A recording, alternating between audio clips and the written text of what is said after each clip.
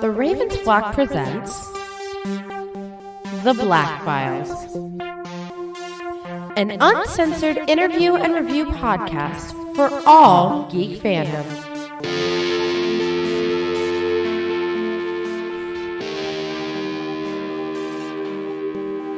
Wow, there we go. There it is. Welcome, everybody. Friends and pals, guys and gals, boys and girls all around the world. Pop a squat. Pop open a cold one with all of your friends. We are on Christmas Eve. Did I get that right? 4 days from Christmas. Yes. Oh my God, it's fucking Christmas. Oh, damn, it's Christmas. It's yours. Merry Christmas. Merry Christmas. Welcome, everybody, to the uncensored, uncompromising interview and review podcast of the Ravens Flock. Welcome to this week's brand new episode of The Black Files. Yes, once more, it is time to bring upon the ignorant masses the knowledge, the entertainment, and more importantly, the truth. Indeed. Absolutely. Absolutely. And you know what? The truth is one of the greatest Christmas gifts that we could give this season. Well, sometimes the truth hurts. Sometimes the truth isn't good enough. Sometimes people deserve more. Sometimes people deserve to have their faith rewarded. Yeah. Ah, shit. Does that mean I'm going to be chased down by a bunch of cops and I got to get away in a motorcycle? Don't forget the German No. Shepherds. It means that we finally get to join a cult. The cult of Batman? What? Yes. Holy We must bring hope onto the masses. For revenge, man. you see, is not enough. All right, folks. I am Juan Arauz, the host of this program, one of the tech guru of the team of the Ravens Flock, and I am the man who's going to be guiding you all on this wonderful little journey that we all took this past weekend. Joining me are my fellow cohorts. Let's start off with, of course, the man himself, who also celebrated his birthday, like literally the first day after. Not you, Jose. Like, get off the screen! It wasn't your birthday last Thursday. It was Angel Mendez. The host of I didn't say Play. anything. You're on the screen. I didn't say anything. It must have caught my breath or something. I don't know. Stop breathing. That's an order. There you go. Much better. Say hello, everybody, to Mr. Angel Mendez, the man with a million opinions and zero apologies. Give it up, everybody. Hello, everyone. It is once again a joy to stand with you, a little bit older, hopefully a little bit wiser, and once again ever happy to join my friends in this wonderful show where we speak about whatever the hell ran by our timeline this time of the day. And let's not forget the guy who apparently can't keep off the screen, even when I'm not introducing him yet. The founder of the channel, the head of the team, the man with the plan, the host of Wrestle Rewind at our flagship program. Everybody, give it up for Mr. Jose Casabuna!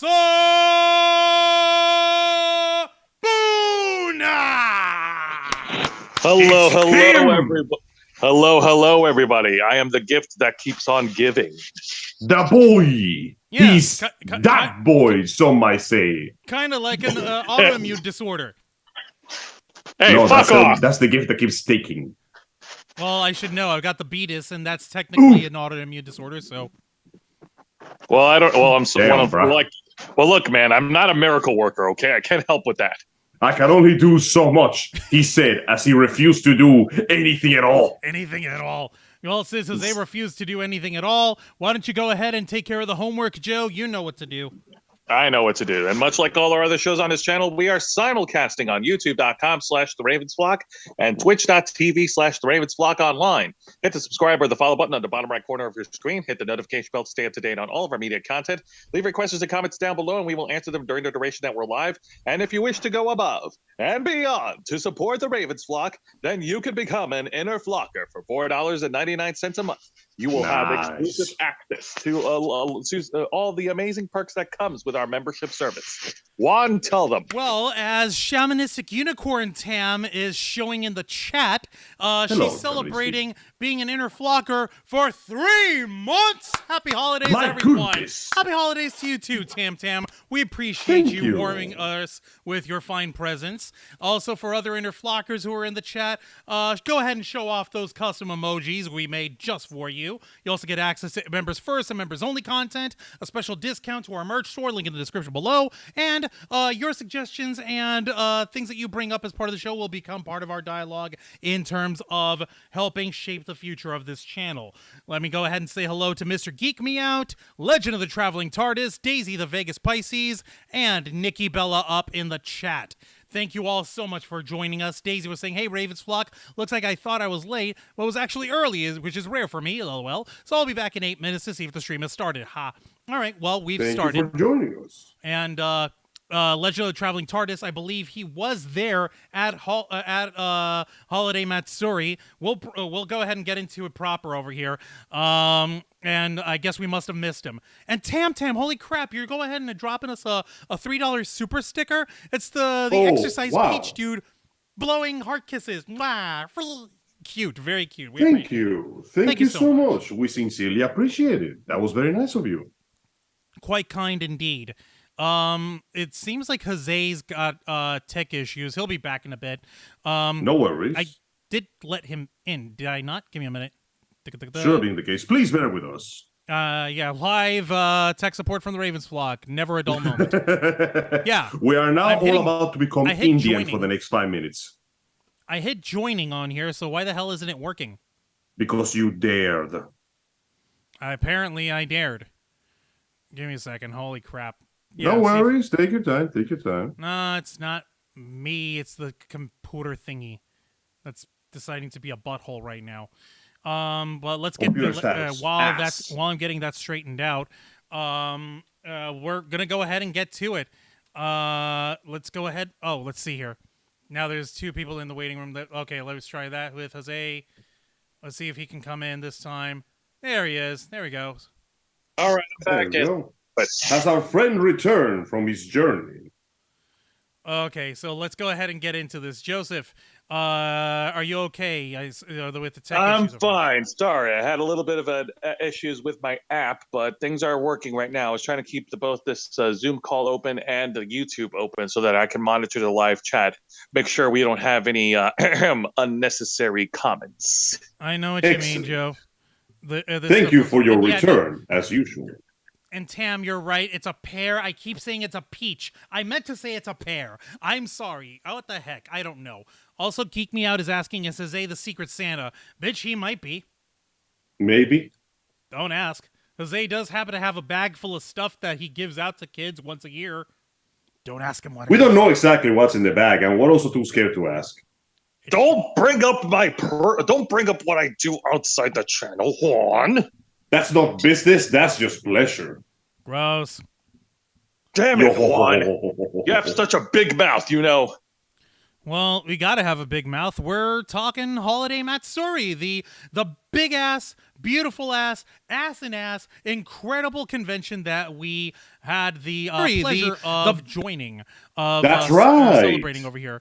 Also, Adriana G's in the Twitch chat. Hello, Adriana. Saying Feliz Navidad from everyone from Twitch. No, just kidding. From Adriana G. Hello. Well, Adriana, we appreciate it. Thank you for joining us. And yeah, we are on both YouTube and Twitch. I'm monitoring the chats over here. We got this stuff straight, Jose. You don't have to worry for now. All right, so I actually just want to freaking go ahead and get into it. For those who are not geek-coded, or rather weeb-coded, because there's so many different subsects of geekhood, of nerdhood. There's nerds who like books. There's nerds who like movies, anime, music. Yes, you can have music nerds. Fun fact. The way Bombadil Cumberbund portrayed Dr. Stephen Strange in the first movie showed him to be quite the music buff. Oh. Yes. Remember, he was performing open brain surgery on someone who had a bullet in their skull that was still intact, and he manually pulled that bitch out while also going through music trivia in the middle of the surgery. That's right, he did. little details. So yeah, that just goes to show you that just goes to show you that there's all sorts of different flavor of nerds. Us ourselves in the Ravens flock, we are sort of like the allspice, if you would. As in, we're always coming. As in, snorting on us is essential for interstellar travel. Please don't. It's extremely dangerous. Speak for yourself. I'm Pepsi flavored. Hi, K-Storm. Please remember that the Empire still looks down upon excessive use of the spice. Also, hi, everybody. Hello, Lyra. K-Storm, I hope K-Storm. everything's going well in your case. Hello, everybody. See, we got a surprise K-Storm up in the chat, up in the show. They're literally just coming out for a Pepsi. Delicious. So, Indeed. Now, getting to it, I think it's safe to say that we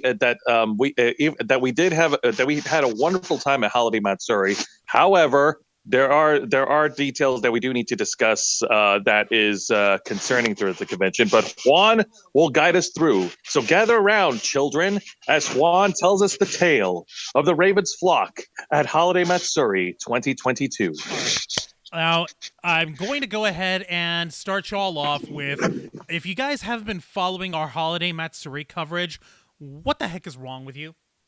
What have you been doing with your life? We've been chilling and thrilling and a little bit of illin' over this convention, pretty much since we got our rooms booked.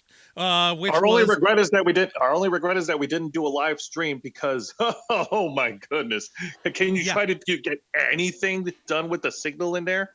No, because there was no signal in there. There's literally 2 spots where there is guaranteeable a signal of some kind at Holiday Matsuri. And what I want to do, I wish I could pull it up. Isn't there a map of the convention floor for HolMat? K-Storm. Isn't there one on their website on holidaymatsuri.com? I think so.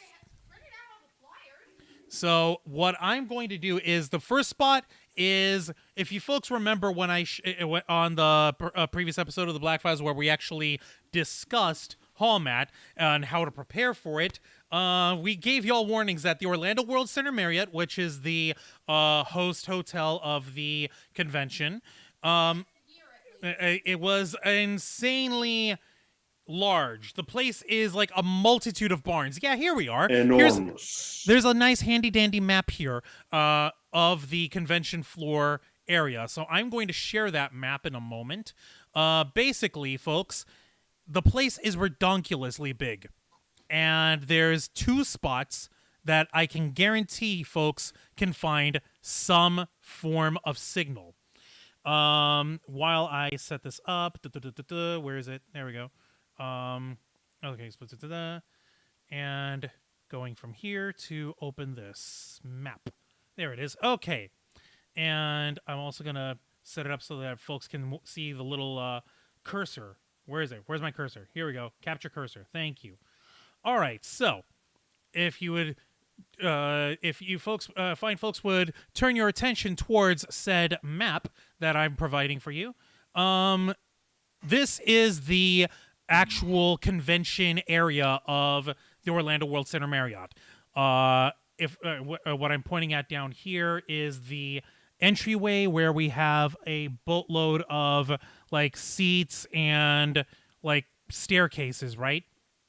So past all this, past the registration desk of doom, past the main events hall, there is this one spot, literally just one little spot for where they have it. Oh, that's the information desk. All of this hallway leads to the outermost floor. All this hallway leads to the outermost entrances to the convention hall. This stuff right here, and I'm noticing that my the camera image. There we go. It was out of placement. All of this spot, if you're lucky, has reception. If you're very, very lucky at that. Now, the second spot would actually be in the brand new expanded area for the convention itself, because the Orlando World Center Marriott is in the middle of renovations. Lots of renovations. Lots of them. So much so that the north tower of the hotels, the hotel part has 4 freaking towers. Solar flare. That was a lot of construction going on, let's be honest. So literally the second floor of that tower, completely inaccessible. You would have to go down to the first floor in order to go up. And the second floor is like non-existent. No way, no how. Now, I'm going to zoom into this little nook and cranny here that's on the corner of the vendor's room. Over here. This little nookie cranny spot is, okay, public safety, photo op. You see here, folks? Actually, you probably can't because it's still kind of tiny. Right in between the pop-up lockers and the corner here where public safety is, is Holiday Matsuri's dedicated live stream studio spot. If we didn't walk past that spot, you wouldn't have been paying attention because for the majority of the time, they left it empty. Because they would only have live streams for Holiday Matsuri's official Twitch channel, which, by the way, hi there, HolMat. If you guys are watching, freaking here we are. Please remember that we exist. Lady Baron is in the chat. Hello, Lady hello. Baron, along with Shirley Fitzgerald. She said, I got signal at HolMat. How dare you get signal? How Impossible. dare you? This is a lie, a slander, a fib. It's bullshit. That he said. was saving it, then you came on. Let me see. Oh, I appreciate that. Yeah, and the Legend of the Traveling TARDIS. I smell geek and cosplayers. Well, you're only half right. The majority of the time, I was literally just running around in my own flock clothing. But point is, those 2 spots guaranteed you'll find some sort of blasted signal at the convention convention for Holiday Matsuri. Yes, there is a VIP panel. There are new panel rooms there. The maid and butler cafes were all across from the vendor's hall. The trouble is that I don't think much of that was actually visited as well as it should have, namely because for the first time, the giant ballroom hall for Artist Alley and the one for the vendor's room were conjoined. It was a gigantic time saver for everyone who was there to shop. Artist Alley was loaded to the gills with wonderful digital artists, analog artists, crafters of all sorts, while the vendor's room had all your standard fare of wonderful goodies and merch, including what's the name of the chocolatier we went to at who was at MegaCon and also at Hang on. Phantasm? I got a box right here. Give me a second. Let me find it. Stand still. Don't go anywhere. Stand still. It is. I already the failed Copper that testing. Coast. What are they called? Golden Coast? Copper Coast. Copper like the metal. Coast. There we go. I wish In fact, we could get some I sort of... have some of this delicious fudge right here. The Spider-Man fudge. You cannot see it right now, but it's fucking delicious. And it's blue and red. Nice. That is cool. Dude, that's pretty cool, bro. Oh, yes. Decadence. For real, though, it's pretty good. My blood sugar boils in envy. How could you?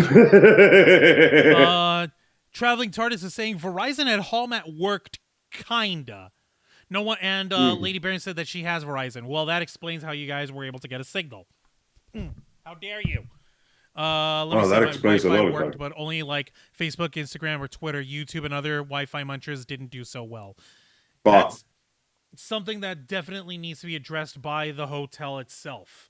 And I hope to God that we actually get to address that someday, in one way or another. So, now, as far as the convention itself goes, I wish I could attend. We don't get anything fun here except earthquakes, says Shelley. Damn. I'm sorry to hear that. Holy shit. You have a whole year to plan out to come to the next Holiday Matsuri. Come down. Earthquakes? Come join Jesus, man. Come join the Weebitude. It was lives in hell. I loved it. I loved every minute of it. Now, getting back to it. So, the convention center itself, like I said, gigantic. It was a massive, chaotic, wonderful conglomeration of humanity, if we can even call ourselves that. Shelly, it was a 6.4. Holy fuck! Oh wait, so you guys had that earthquake? Oh my Damn. god! Sucks, bro. I'm sorry to hear that. God, I hope you're okay. I hope nobody got hurt. And Legend of the Traveling TARDIS, I was told that the pictures I took at HolMat with the Traveling TARDIS were the best ever. Doing this 10 years now. Hells yeah. Congrats, Holy man. shit. Lady Congrats, Baron, same man. here. Facebook and Instagram didn't work for either at HolMat. Such a mess. It's such a mess. But like I said, I hope to God that we can find a way to overcome that. Now, let's get to the interesting bits. First off, thank God we managed to get to the hotel in relative ease and relative time. Thank freaking God. And I'm saying that because usually we're stuck in human congestion. Oh, yeah. Especially since we were leaving the Friday of the convention. We were there by about 10, 11 a.m. tops. We left as early as we could, and for once, it was the best option we could have done. See, we have a history with, like, Orlando cons or Miami cons, that we leave really early, and somehow, through some cosmic coincidence, how do you do, we always end up running into every goddamn car accident in the highway. But not this time. surprisingly, not this time? Not this time. Everything was according to plan. Keikaku's all up in this bitch. Keikaku indeed. Cake.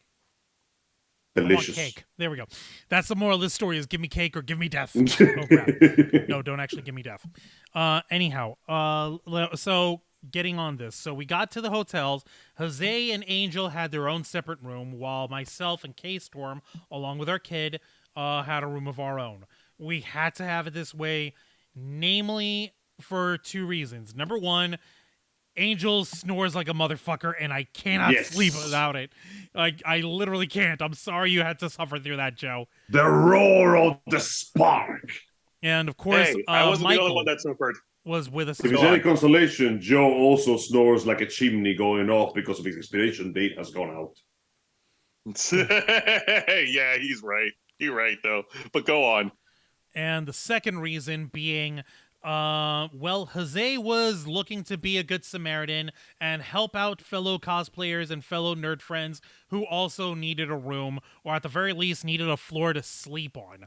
And so Jose decided to host a room of his own, and we went ahead, myself, K-Storm, and our kid, we had our own separate room. Now, being official con dads, Jose, I believe you have passed the test. You have successfully hosted 2 convention hotel rooms without anybody getting caught on fire, arrested, and or molestated in any way, shape, or form, physical or mental. I say you've passed. Yay! I'm a con dad now. Kind of. Congratulations. No one died. Hopefully. No one died that we can blame you on, so congrats. Yay! Congratulations. The authorities couldn't prove anything.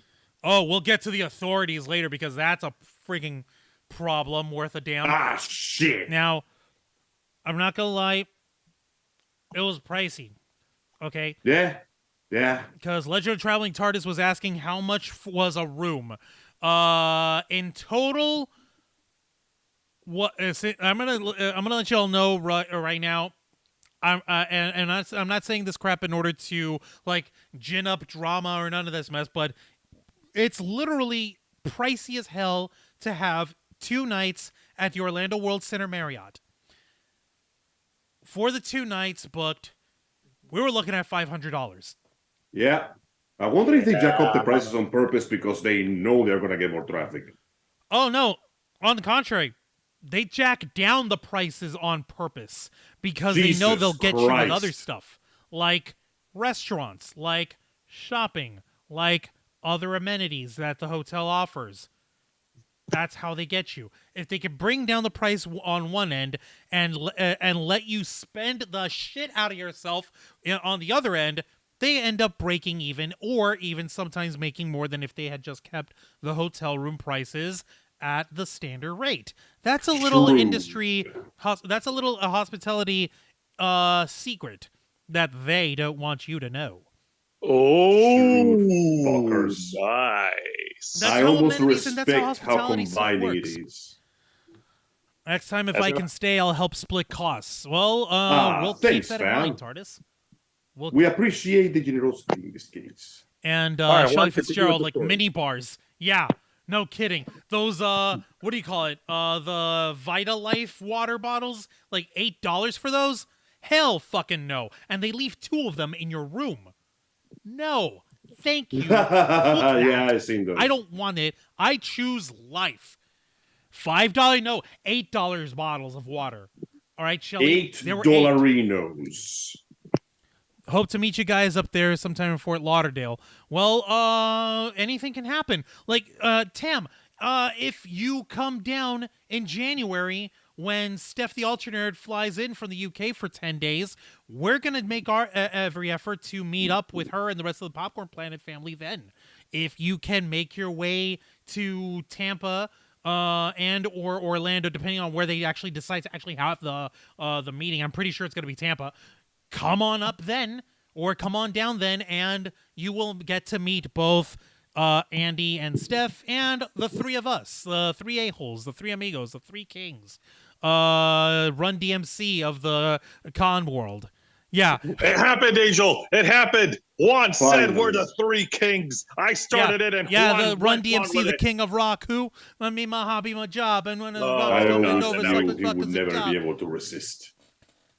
Haley Ray There Stout is in the noise. chat. Hello, Haley Ray Stout. Welcome to the Black Files. I just got back Hello, from a hello. trip, and it was long. The Holy law. shit.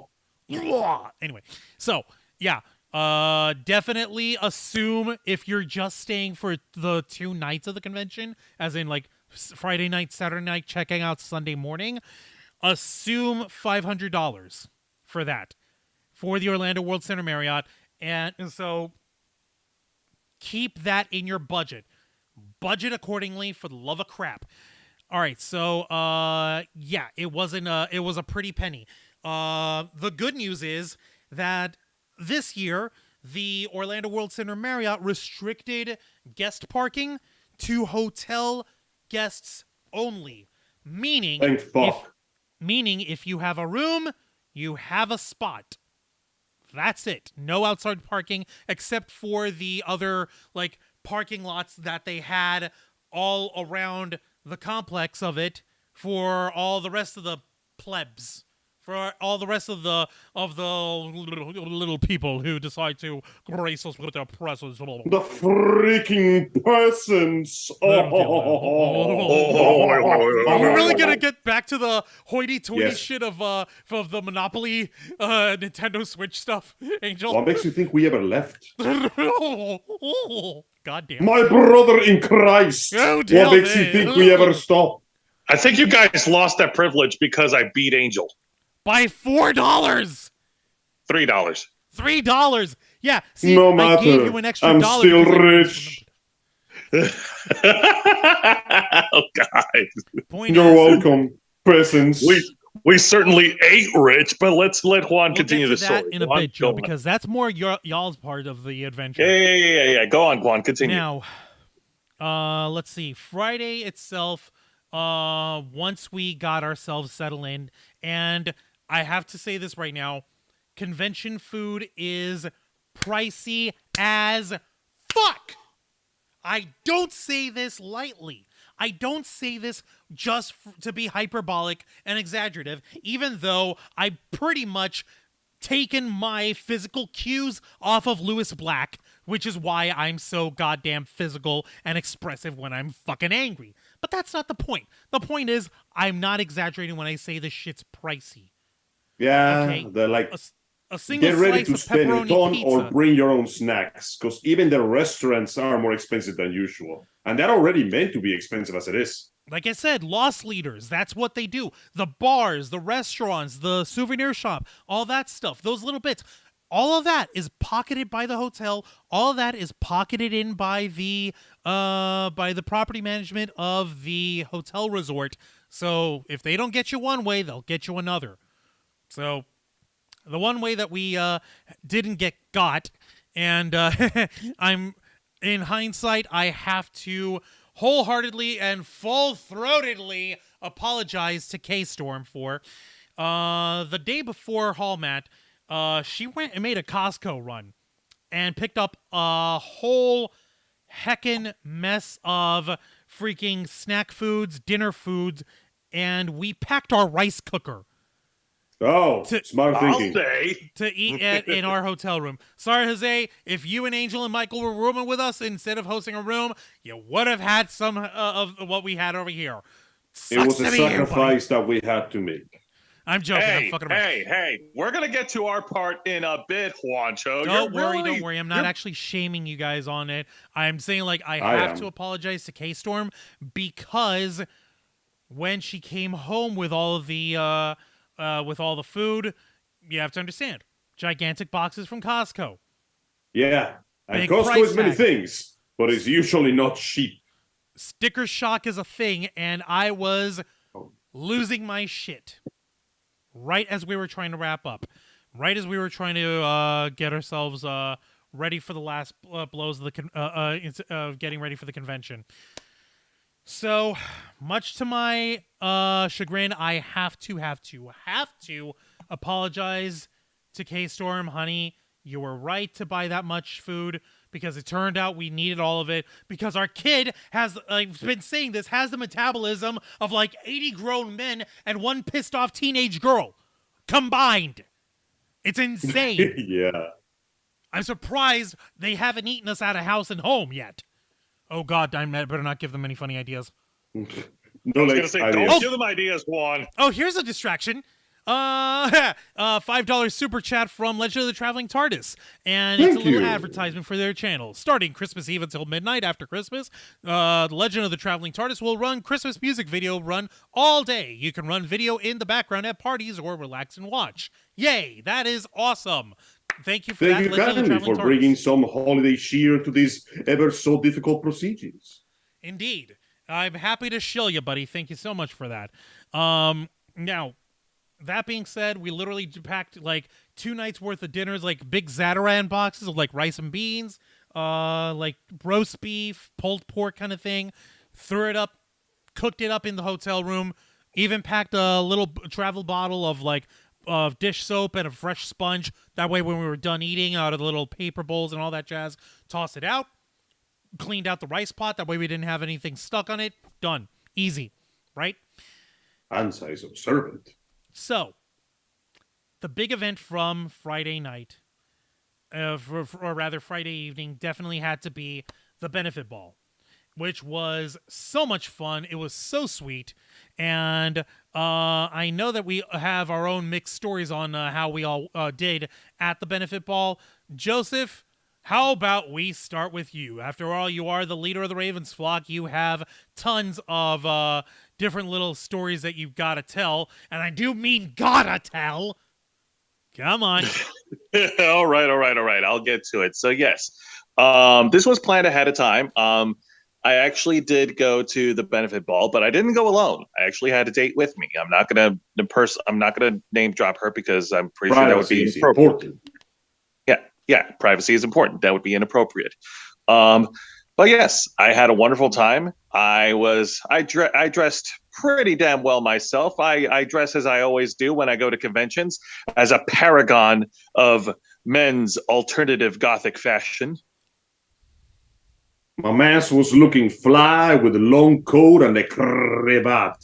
Thank you. Admittedly caused more problems than it should. Yeah. Well, I mean, to be fair, it's from Party City, so I should have seen it coming. That explains everything. But anyhow, thankfully, there was a cosplay repair station available, so I went a little pit stop over there to fix my cravat before we went to the ball, and the ball was pretty entertaining. Well, I got to dance with my date. Me and my date, we went around, we made the rounds and checked out every little mini game that they had over there. And I got my ass handed to me a few times by my date. So let's just, I'll just leave it at that. And Yeah, like I said, it was just a wonderful time. We also got to talk to the sirens to read our fortunes to us. So The theme of the benefit ball was charity on the high seas. Yahar, matey! Piracy, Piratey stuff. swashbuckling, treasure hunts. Because nothing says of the festive holiday season more than pirates. Yard. Yeah. And Have you stuff. seen this economy? We gotta steal on Christmas gifts right now, my man. Now the crazy thing is, like as they said, he was dressed up with a nice long coat, complete with cravat and a vest and all this jazz. Jose looked like a goddamn pirate captain, like a nobleman of the high seas and shit. But apparently, Our boy was rolling. like a naval officer. Yeah. So you went to the cosplay repair. Yeah, dude, you fell behind on the storytelling. I'm already past that. So so we spoke to the sirens. We got our fortunes told. I mean, there's really not much else to say. I danced my ass off. Thankfully, I will say this: in comparison to last year's experience in the benefit ball, I have these pair of dress shoes that I've worn for years, and at this point, they've done more harm to me than help. And last year, I rarely did any dancing because of how fucking hurt I was because of those shoes. This year, not the case. I didn't wear those damn shoes. I wore black skateboarding like Vans sneakers instead, and they were much more comfy. Let me tell you. But getting back to it, it was certainly a lot of fun. I had to cut my fun short around 7:30 p.m. because I did promise my roomies that I would treat them to pizza night, which I did. Which we much appreciate, of course. Because I'm such a generous, benevolent leader, aren't I, Angel Mendez? Oh, yeah, definitely. 100% I agree with everything he said. I'm sorry, what was that? I have pizza in my mouth. Exactly. Bribery with food. It's not really bribery. Also, it's called Jen. expert diplomacy. Jen Pearson in the chat. Hello, Jen. Welcome to the Black Files. We appreciate it. Hello. That being said, I'm thinking very hard, Juancho. This will likely be the last time I ever attend the benefit ball. Not because I didn't enjoy it. I did enjoy it, in fact. But physically speaking, it really did take its toll on me. Like, for the rest of the night, I had to nurse my lower back. Angel can attest to that. Yeah, no, when he came back, this dude was limping. Shit was rough on his, backside. He recovered eventually, but it appears that after all these years, he's enormous, massive, colossal, titanic, magnificent, colossinacinus, enormously, black hole-like, galaxy-sized spine is finally working against him. Look at that, Joe. After all those years, being tall finally became a problem for you. Hey, that was just one night, okay, Angel? I'm never gonna dance again. His guilty feet have got no rhythm. And So it's easy to pretend. I fucking hate these shoes. All right, let's get to it. And as far as Angel is concerned, Angel was there at the benefit ball briefly before leaving. And, I can't knock you, Angel. Like, I wanted to bring you there because I wanted to give you a chance to, maybe network with other nerds over there. I appreciate it, but unfortunately at that point, I simply could not deal with it.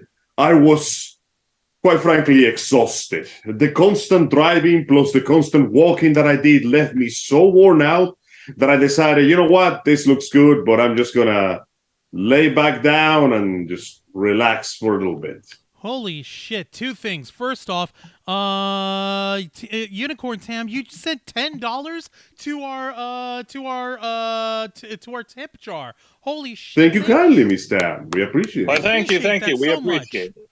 Holy crap! That is so sweet of you. Thank you. And also, Legend of Traveling TARDIS was asking, do you think Holiday Matsuri should move to 4 days? No, I don't think so.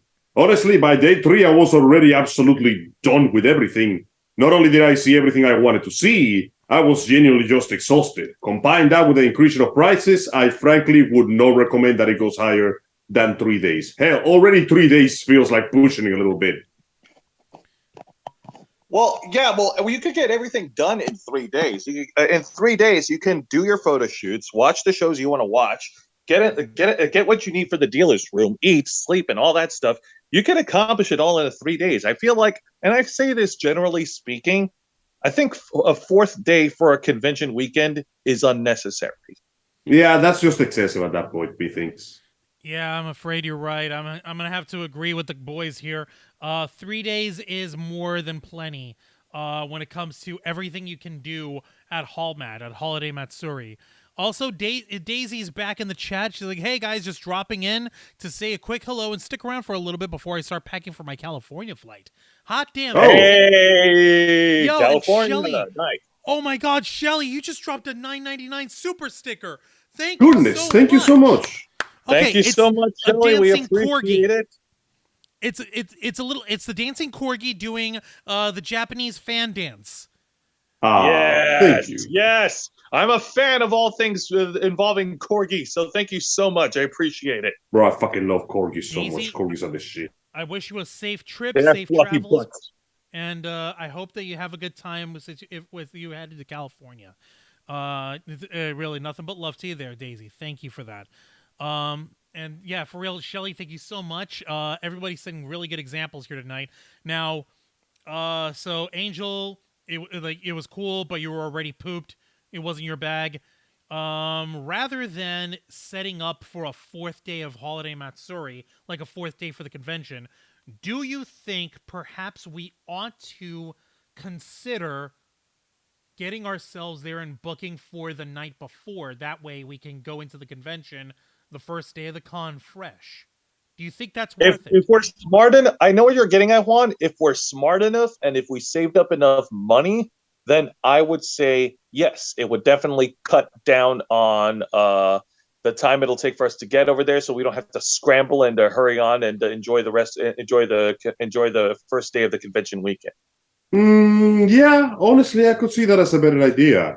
Preparation is the key to a good experience when it comes to cons after all. Scrambling to get a room at the last minute, as we all know, is a goddamn nightmare. So, yeah, honestly, for the next time we do this, let's room it first, have it all ready to go, and then we can just head there and enjoy the day before running off.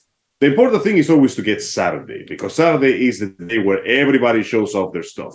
Everything, that's the best parts. Oh, Sunday is more of a pack up your shit and leave kind of feeling, you know? You've got no idea. You've got no idea, brother. Also, one of our flockers is in the chat over on our Twitch channel. Holy shit. Hello. Yeah, it's Dragon Fang cosplay. Holy shit, Hello, dudes. Dragon Yay, Fang. Dragon Thank you for joining I us know who today. it is. I know who Dragon Fang is. Shut up, both of you. I know who that is. Hi, Dragon Fang. She said, well, you called? I almost forgot this was happening, lol. Still recovering from HolMat. Holy shit. Yeah, everybody is. And Zayana Rose is in the YouTube chat. Oh my goodness. We got 2 for 1. Holy shit, yes. Yay! Thank you so much. Yo, it was a Zayana joy Rose, and a pleasure yes. to see you on the Thank you very con. much for joining us. Yeah, nothing but love for all of y'all. And I'm going to get to, and also V's channel is in the chat. Hello, V's channel. Welcome to the Black Files. I'm going to get to what we did with Zayana Rose and Dragon Fang, which was on Sunday. We'll get to that when we get to our Sunday discussion over here. Now, as far as Friday goes, we had a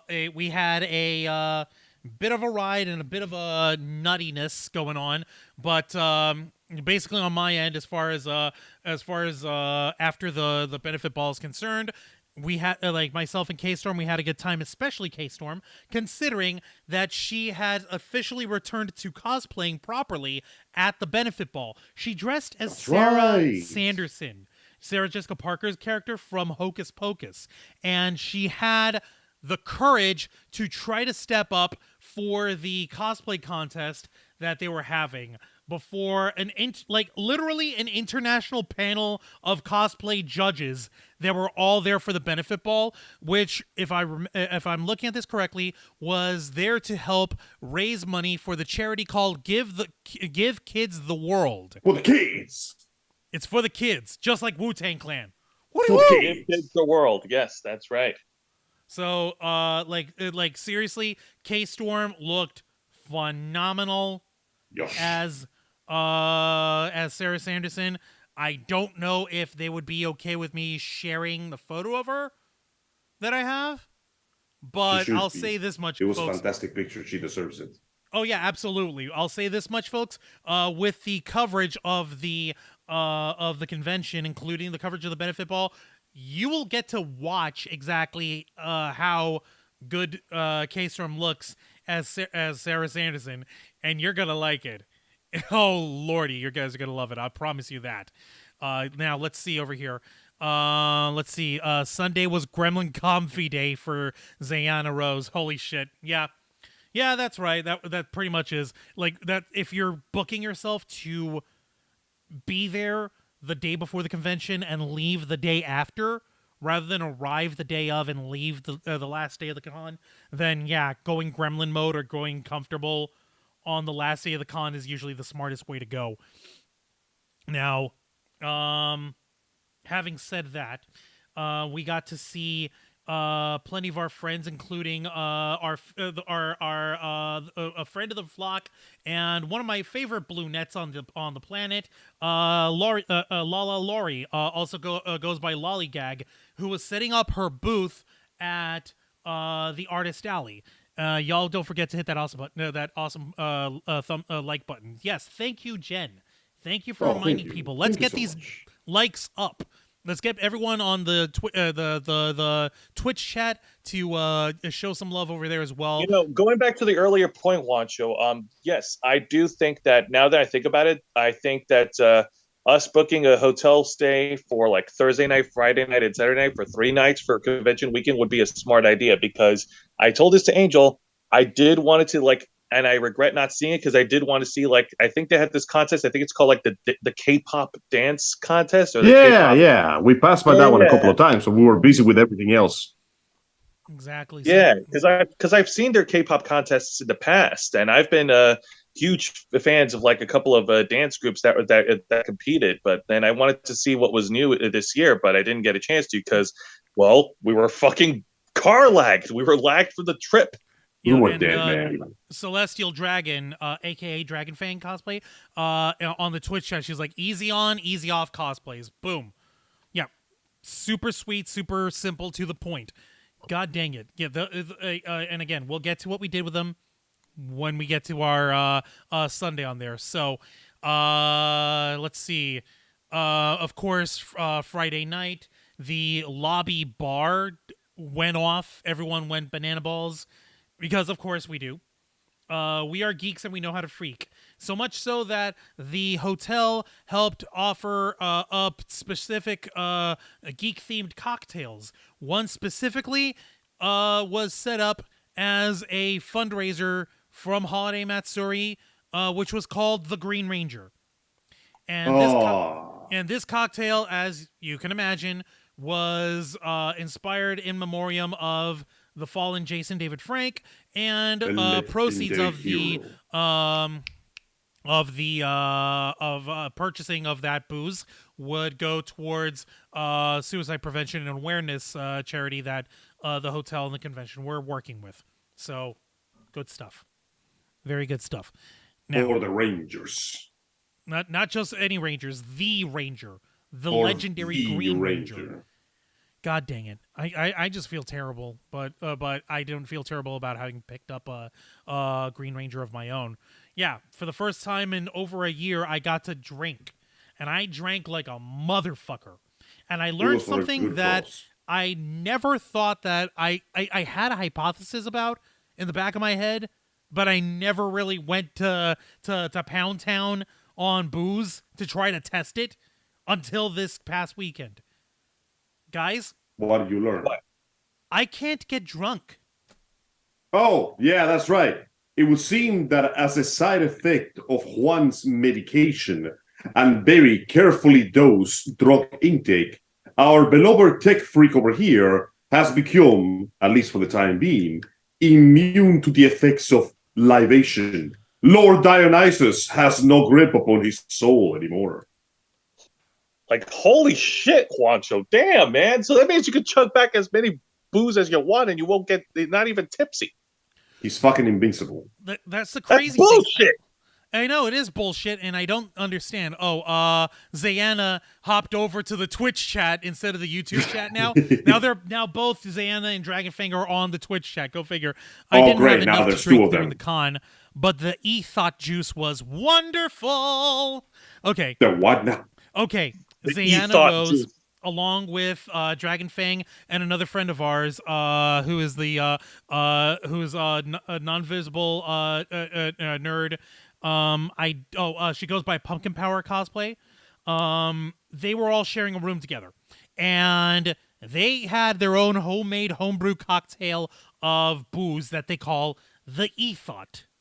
It is allegedly a whole clusterfuck of booze that somehow, they didn't share a room, they just popped over. My mistake. I misunderstood. The times that I saw y'all hanging together, I made the assumption they all were booking together. Okay, my bad. But thank you for clarifying, Xana. Basically, they had a giant carafe, a glass jar, a glass canteen full of booze that came out green. It was lime green. It looked like Monster. Traveling Did it glow TARDIS in 3 the can play dark? that game. God dang it, TARDIS! You're over here on our Twitch chat. What the heck, dude? Actually, you know what? If 2 more people jump over to the Twitch chat, we could actually go into we actually might be able to qualify for finally becoming Twitch is it partner or affiliates? One of the two. It's the Twitch first. Twitch affiliates. Yes, let's do that. Let's actually do that, folks. But Juan, let's get back to the story. Oh yeah, Zayanna's saying that the booze is Mako green, as in like Final Fantasy VII Mako energy from the planet, right? Where the materia is forged out of and crystallized out of. You just It chug that tastes shit. like a violation of human rights. Just drink that shit like it's freaking lemonade, apparently. It tastes like mommy issues and identity theft. And you know something? It works just as well because at least for me, I was like, this ain't shit. Why is everybody saying, oh, you're going to get so drunk? I'm like, I'm doing the John Travolta freaking Pulp Fiction meme of him looking around. Nah, he's doing the little dance. Oh, Lady Baron doesn't have a Twitch. It's okay. You don't have to worry about it. We and Emily Morris appreciate is the saying, effort nonetheless. I'm Irish, I swear. This is my case, lol, but who knows? I've been drinking. So, and Jen's asking, no alcohol poisoning either? And wow. Yeah, no. And it wasn't like I set out to drink. I explicitly went out of my way to not drink, but shit happened and I got into a different opportunity and I decided, you know what? Fuck it. YOLO. Lug. Maybe sometimes I do, in fact, want to drink. Sometimes I just want to die faster. Yeah, and apparently I've got the Steve Rogers syndrome. After taking the super soldier serum, Captain America can't get drunk either. Zayana, anyone wants to become a part of Soldier, drink it, glug. Sure, I'll be Soldier first class in no time flat. Down below. It's no big problem. Below, Just street. take the green liquid from the shady-looking scientist guy on the side of the road. Nothing will go wrong. I promise.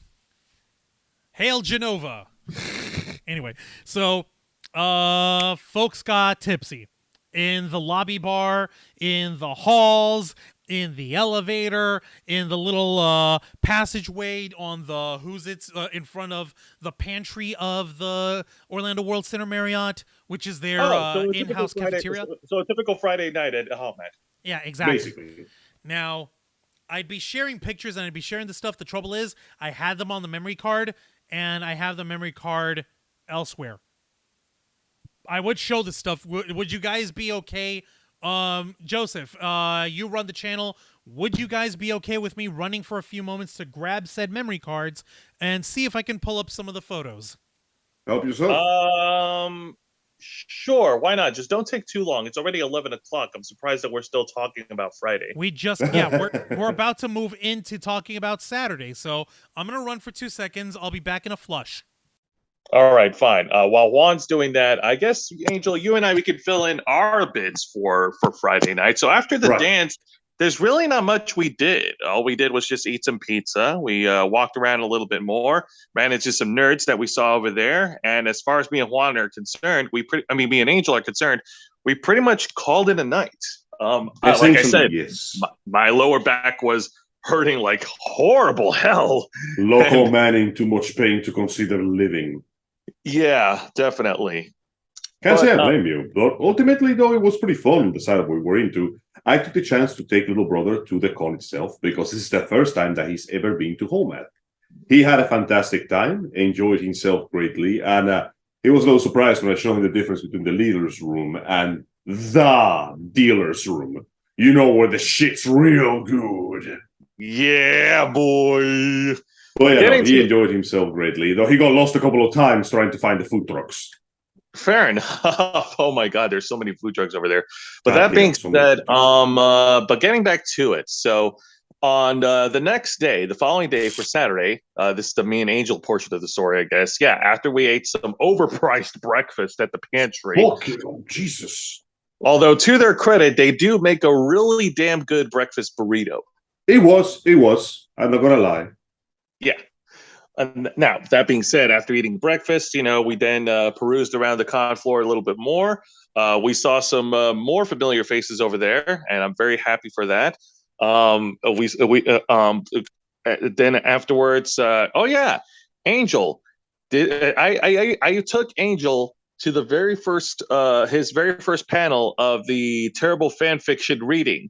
Unfortunately, it wasn't the 18 plus panel that was on late Friday night, but it was the more should we say tamed for panel? All audiences version of fucking horrible. Yeah, it was pretty fun. It was pretty fun. They did a lot of fanfic reading. They did fanfic reading for Goku and Vegeta and the giant chicken. They did from fanfic Family reading. Guy, just in case you forgot. Right, they did fanfic reading of that involved Free Willy, which I gotta laugh at. I still don't understand what the fuck is going on with that. It was definitely a lot of fun. It was, and we actually enjoyed ourselves. And then afterwards, we took some time to rest in between different shows. And going back to piggyback off of what Angel said earlier, we actually went to check out the food trucks for lunch. And actually, before we get into it, I just want to make a quick shout out to one of my friends who hosted, who was part of a specific food truck here, which is called. Let me see here. I'm trying to find a spelling. Bear with me, folks. Take your time. Take your time. Makanali's Hawaiian fusion. They were serving a Hawaiian cuisine outside in one of the food trucks that was run by one of my friends, Stephanie. I'm back to the name. Yeah, well, it's a business, and her and her mom run it. So Stephanie Cooper and her family, they were running the food truck outside for HolMat during the weekend, and my regret is that we didn't eat some delicious Hawaiian food, Angel. It's a shame though, because we were busy getting the Philly cheesesteaks, but I saw people hitting that truck, and they had these big plates of what seemed to be yellow rice with multiple veggies, and a combination of what seemed to be either mango sauce, pineapple bits, and a big solid side egg on top. I'm not gonna lie, I was very tempted to go there instead, but I was almost done with the line for the food, for the other food, and yeah, sorry. Next time. Next time. It's gonna be fine. Don't worry about it. I got the connects with the family, so we're good. He's got the connections. Hell yeah, man! I know peoples, or rather, I know peoples who knows peoples. It's a very complex network that I'm involved with, Angel. It's the society we live in. You see. I know, right?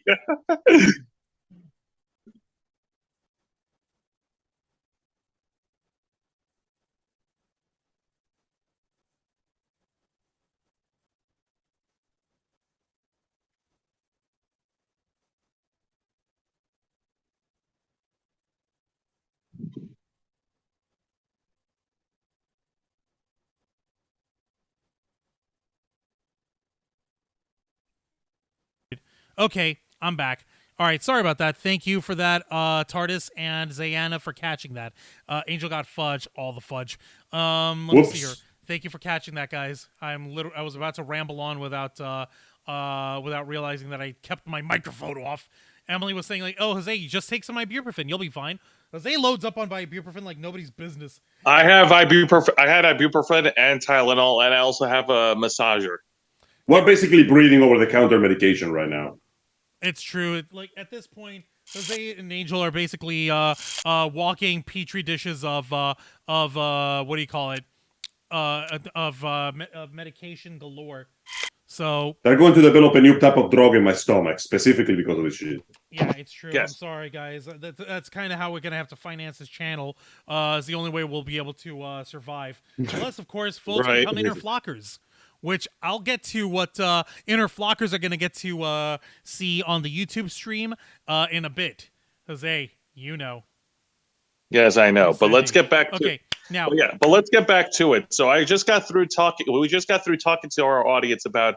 We're up to Saturday. We just ate Philly cheesesteaks for lunch outside of the food trucks, Delicious. and damn, those Philly cheesesteaks were fucking great. Angel, My if I'm not man. mistaken, you ordered a lobster cheesesteak, didn't you?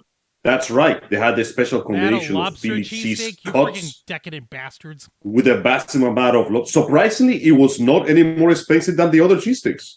It was just there. Really? And I added a bit of crushed pepper on top. Not too much. Want to make it good and tasty. And goddamn, if it was not some of the best steak I ever had in my godforsaken life, it was fantastic. It was the kind of level when you sit there on the, what was it called, the balcony with my little bro, and we were eating our massive goddamn steaks, watching traffic swing by, as for some reason nobody was around, and it was just a moment of, man, this is why I came to this country. Now, All right. Yeah, Juancho, I got your messages. All right, just I'm. you can. I only All right, look. Jose, Yeah, I yeah. only Go sent you ahead that and show because I them, but had don't. to pull All it right, out Juan. of my phone. Let me. Don't interrupt me, please. You can go ahead and show them, but just don't gloat. Joseph, get over it already. Just because I got into it and we couldn't see them ever since doesn't mean that you got to be sour over it. All right, Joe. It's not the end of the universe. But, I'm gonna gloat. I got to meet Kira Buckland, and she was cool. oh yeah, no. Kira Buckland is a sweetheart. I did also get to meet her as well, and I got her to autograph a gift. I won't say what that gift is or who it's for, but thank you for that, Miss Buckland. I appreciate it a lot. And what I do want to show folks is what Jose doesn't want me to be gloating over.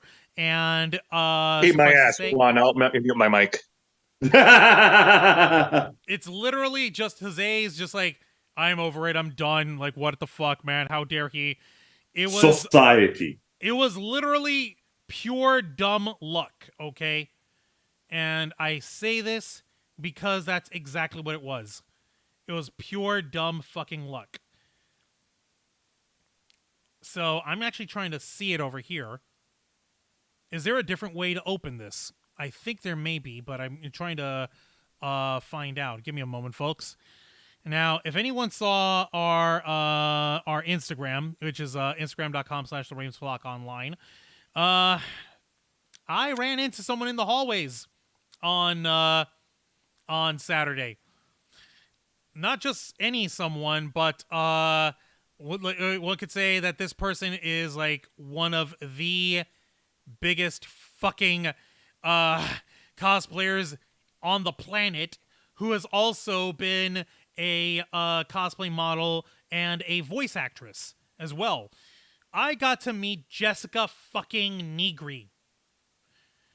And I say this without any sort of like ego or like, haha, I did it and you didn't do it, ha ha ha, take that. No, it was literally I'm running around chicken with his head chopped off style, trying to figure out, okay, I'm going to take some photos here, I'm going to take photos there, I'm going to do this left and right, and I see her along with her man, fake nerd guy, and I'm trying not to lose my shit, as can be seen in this photo of me trying not to lose my shit. Spoilers, he failed to not lose his shit. What was even funnier is that she's not just smiling, it's like, yay, but she was actively laughing like, oh my god, you're so nervous, dude. It's okay, you can relax. I'm like, nah, I can't relax, okay? This is legit once in a fucking lifetime. This is legit unbelievable. What the hell are you doing here? Why? How are we being graced by your glory? Like, this lady is, for those who aren't tuned into the geek world like we are, is basically, she is an ambassador of sexy cosplay. She started, 2012? 2009? or whatever the fuck in a sexy Pikachu cosplay. Which is like her in a midriff skirt, like a midriff outfit, you know, and with high knee socks, which is all yellow and black. The Pikachu tail and the ears on her hair, like on her head, and boom, that's it, right? That little simple cosplay launched this lady into mega stardom. She did freaking modeling for Lollipop Chainsaw because of her cosplay as the character. I forgot the character's name. Her name is Juliet Starling. Juliet Starling. And she's a professional zombie slaughterer. She eventually went into doing heavy prop and heavy armor builds on her own, which a lot of 99% of people think that she doesn't actually do. She does them. She actually fucking does them. She's got the skills that kills, and they pay the bills, quite literally, because she's one of the few cosplayers in the world who gets moule bra for this stuff. Fantastic. And she's also done voice acting on programs such as Ruby. God That's almighty. Right. She voiced the main one of the main antagonists, Cinder. Exactly. Cinder Fall, yes? That's right. Also known as that one that keeps fucking jobbing everywhere. Jobbing off in the worst way. It's kind of sad, but then again, such is the tragedy. I guess she's the hers is a Sisyphean tale. Yes. Kind of thing. Hers is the tragedy of being a victim of Rooster Teeth's shitty writing. That too. All right, Jose, you could stop muting your microphone. All right, Joe, you can unmute now. It's okay. Joe, are you alive? Negri is off the phone. All right, Negri is off the screen. I think he's dead. Is Jose dead? He's still in he the lost the will to live. No, he's still in the Who's He's still on the chat. It's such a shame that Joe went ahead and died of ligma. Hold on, what the here? I'm asking you to unmute. Unmute yourself, Joseph. You're over here Can't trying believe to ligma got him so badly. It was a terrible I command illness. you as to the head of the Ravens flock to conduct yourself in a professional manner. Joseph, now it's your turn to be professional. All right? Well, we can't. He's dead.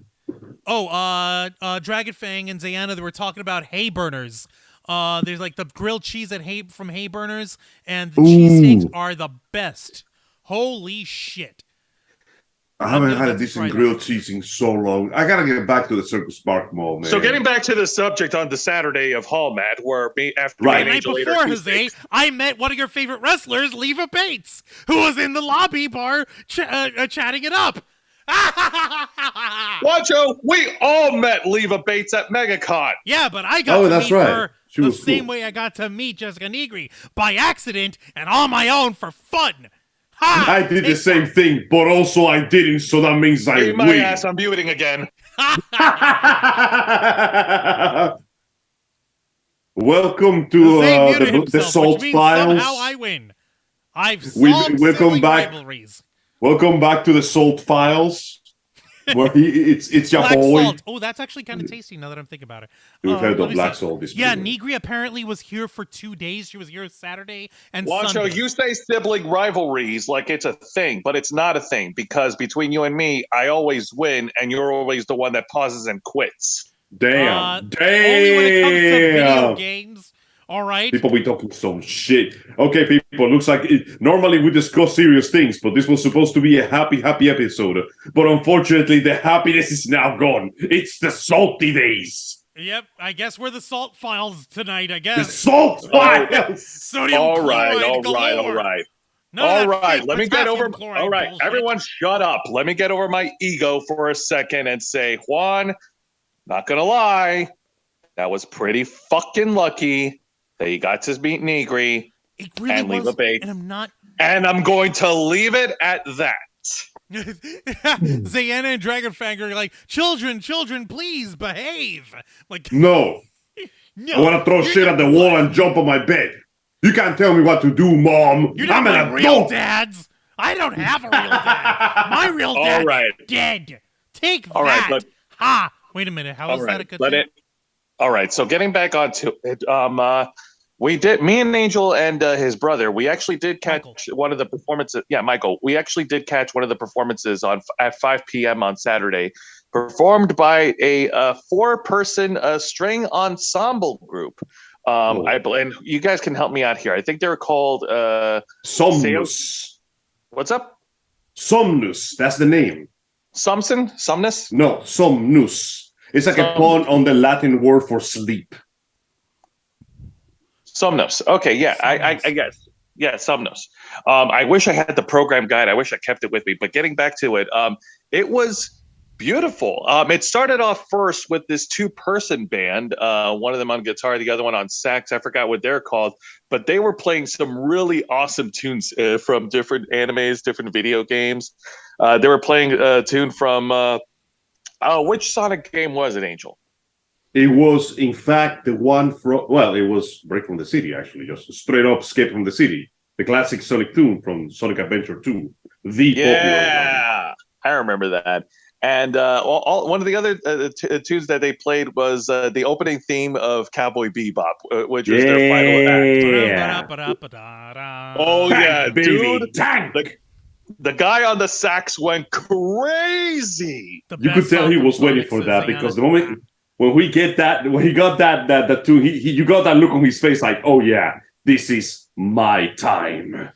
This is my moment. They were also playing one of the songs from Demon Slayer. I forgot what it's called, Angel. It was the first opening, Grenge or something like that. It was pretty good. Yeah, definitely that one. And then when we got to the actual, to the main performance, the main event, they were playing different songs from all the other different games. They played Zelda's Lullaby from Legend of Zelda. Let's see. They also played Angel. Help me out here. Well, let's see. There was also a big fancy tune from Final Fantasy VII, another recording for the Sonic series, a bit slower, and they capped it up with this big dramatic orchestral remix of the final boss theme from Kingdom Hearts 2. Before that, they also played a nice, beautiful orchestral mix of the Holo Bastion, both the hub and the combat themes. Oh my god! And they were fantastic. Oh my god! The Holo Bastion theme. I will never not love that song from Kingdom Hearts. Ever. Listen, I will shit on Kingdom Hearts story after 2. I will shit on it relentlessly. But no matter how stupid the plot gets, their music has always been pure banger. Pure heat. Definitely. I agree. And it's wonderful because in between songs, they also gave us little bits and pieces of their story, of how the band came to be and what they plan to do as far as their future goes. Indeed. They also dropped a little, giveaway of how their story began and how they became a band. It was actually very heartwarming, too. Like, some of the responses that I got were very enthusiastic. These people, they have clout. Yeah, it was really nice. And what's nuts is that that Somnia Strings, they were also performing at the benefit ball Friday night. So I guess it was like a prelude, like a warm-up for their performance on Saturday, which is cool.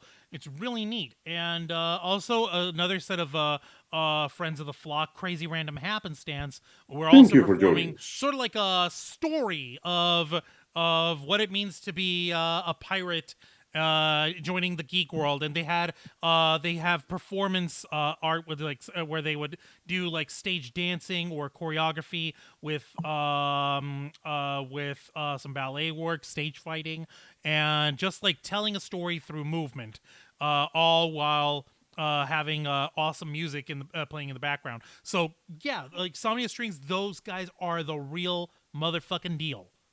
All right. Yeah. And I was lucky enough to be able to catch their performance and film it for our channel. Video coming soon, I promise you guys. As a matter of fact, Inner Flockers are going to get to watch our material from HolMat first. So that's absolutely. I agree. First. I agree. But yeah, no. But getting back to it, and then afterwards, and speaking of Crazy Random Happenstance, they also performed Saturday evening at 7 p.m. one of their burlesque shows, which unfortunately we weren't able to get to because we were told that the special events room that they were performing filled up quickly, and we weren't able to get in time. And number one, and number two, we also had other plans after all. Well, let's just say I have a personal obligation to my best friend to make sure that they fucking celebrate for their birthday. You mean our brother? Thanks, He's fam. not just I our appreciate it. He's not just our best friend. Angel's our brother. All right. Thank you kindly. And yes, turns out that, guys, there is no way to understate how ridiculously busy this con got. Like, HolMat has been increasing in both size and popularity for the last few years, especially considering that it was one of the few cons that survived the event. But more importantly, this is the first time, I think, that HolMat got so full, many events had to close earlier than usual because there was literally too many people. And if they fill the room too much, that would cause a fire hazard, because if something happened, it would end up blocking the fire exits due to the sheer amount of people in it. This was, I think, one of the first times we ever saw something like this happen. There were so many people and there were so many fans running to the events that the events had to go, okay, guys, like, stop. This is too much. We gotta cap it off and close the door here, because otherwise you're gonna drown in people. Yeah, pretty much. Let me get to sorry, go ahead. Let's get to the story here. So for Saturday evening, me, Angel, and Michael, we pretty much went on a wild goose chase on where to fucking eat for dinner for his birthday. We went all over the place. We tried to go to all the restaurants, and their wait time is just god awful. And the only restaurant that we tolerated the wait time for was an Italian restaurant inside the hotel. I think it was called Ciro's or something like that. It was in fact called Ciro's. The first time we went there, they told us that the wait time was 55 minutes. And we're like, that is way too long. Let's go to check out the Japanese restaurant. And when we went to the Japanese restaurant, they said that the waiting time was 2.5 hours. So fuck that. We eventually decided to bite the bullet and just wait at the Italian restaurant because, hey, we wanted Italian food. And of course, as we were waiting, we were just chilling and we were just being our silly, goofy selves. We saw a bunch of cosplayers that came by. One of the famous cosplayers, her cosplay handler name is Synthera Joestar. She actually dropped by and wished Angel a happy birthday. Yay! Which I much appreciated. On top of that, as an interesting coincidence, when we finally got our table, we, by sheer happenstance, ended up sitting and greeting none other than the famous voice actor, Mr. Sander Mobius, who was basically having his own dinner right next to us with a bunch of fans. It was pretty cool to see the guy in person again. Xander Absolutely. Mobus. It's not Mobius. It's Xander Mobus. No, it's Mobius. You just killed the coolness of his name, Juan. Yeah, I don't like him anymore. Fuck that guy. I'm trying to be accurate. No, don't care. The name sounds lame now. I don't like Sander anymore. Horrible voice actor. Should have never had him to voice announcing Smash Brothers. Angel, all right. He voices the Master Hand, and he voices Toge from Jujutsu Kaisen, and he voices Joker from Persona 5. No, you don't hate him. Don't fucking lie to me. No, too late. Nope. My loyalties shift like the fucking tides. All right, semantics aside, me, Angel, and Michael, I would say that we ate fucking well. Okay, the prices, yeah, it was overpriced. But for the food that we got, the quality of the food that we got, holy shit, it was worth every penny. Oh, yeah. Like, let's see, I had the Alfredo pasta with some roasted chicken. You had yourself the most monumental Italian sandwich I have ever seen in my life. A chicken parmesan sandwich. I showed Juan the picture of it. That wasn't a sandwich. That was a war crime. And what? Why would you call it that, Angel? Because it should be illegal to be that good. And Michael nice save. And Michael had spaghetti and meatballs, but damn, did he get some giant ass balls to go with his dinner. It wasn't. It was like he got 3 meatballs. Like, well, that doesn't sound like much. But when you see the size of the freaking balls, holy crap! Michael can handle some balls on him. I swear to God. The monumental, massive balls. As a matter of fact, hey, you know what? I want you to remember that I'm the man that put those giant meaty balls in your brother's mouth. He better be thankful. I'm over here trying to find the photos of the balls. You didn't send them to me, did you, Jose? Well, yeah, it would have been illegal to show balls that big. Yeah, Juan, come on, man. That's inappropriate content. I'm not going to do that. Exactly. Go ahead and send me those balls. Send me those meatballs. Actually, wanna no, show I don't folks have the balls. picture. I don't have the picture, but I think Michael had the picture. You're gonna have to bug him. I'll let him know so he can send you a copy. They were, admittedly, I ain't But gonna if you lie. want me to send you a picture of the chicken parmesan sandwich, because I don't think I did, I'll send it to you. Yeah, send me the picture of this awesome, delicious food. Also, Zayana sent a PM here. She can't say it on Twitch, but men and their balls, man. Yes, What? yes, Zayana. Us I'm manly men sorry. in our dangly bits and our big, tasty, delicious, well-seasoned meatballs. And you get three I of did them. not join this That's stream right, we to go be odd subjected numbers. to dumb standards by the likes of Euros. I understand what you're saying, Zayana, but if we showed you the picture, if we showed it to you, and if you looked at it, wouldn't you pay for that too? Yes. Okay. I guarantee you, she would in fact pay for these massive balls. Okay, this she would was the understand. Italian She would appreciate it. Like, what? This is the chicken parmesan sandwich you got, Joseph? Yes. What the fuck? That Yeah, is it's some basically tasty like- shit. Okay, that's like arugula and all You that need to good pass a jazz. law to make sandwiches that big. That's like arugula and tomato little antipasto salad thingy served on the side.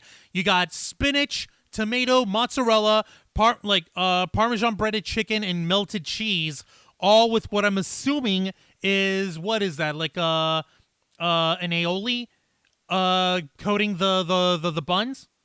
Yeah. Yes, in fact. Okay. Holy shit.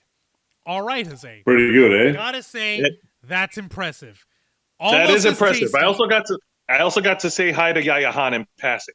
See, Oh, that's right. You got a big thing there too, Jose. You got to meet the royal ambassador to the world of cosplay herself, Ms. Yaya Han, who is also a guest, who is also one of the hosts of the Winter Cosplay Championship. We're gonna get to That's that because that's a right. Sunday bit, and I'll get to that stuff momentarily. I promise you that. Now, Now, and yes, we did eat well. We celebrated well. We toasted well. And as delicious as our dinner was, Juancho, it does not. It pales in comparison to what the birthday boy, Mr. Angel Mendez, received for dessert. Oh, that's right. Now, I admit, in my foolishness and ignorance, I thought, I'm pretty full. I don't need to get anything else. But the server lady, God bless her soul, convinced me to get some dessert. And I'm like, you know what? Yeah, what the hell? Bring me the chocolate gelato. And what I received was the greatest chocolate gelato that has ever been eaten in the history of gelato. Let me put it this way. This magnificent thing came in the form of a globe, a sphere, a dome, a geofront of frozen, coagulated, crystallized chocolate surrounding the actual ice cream. And I'm like, God damn, that is some Belgian stuff, fantastic. But wait, there was more.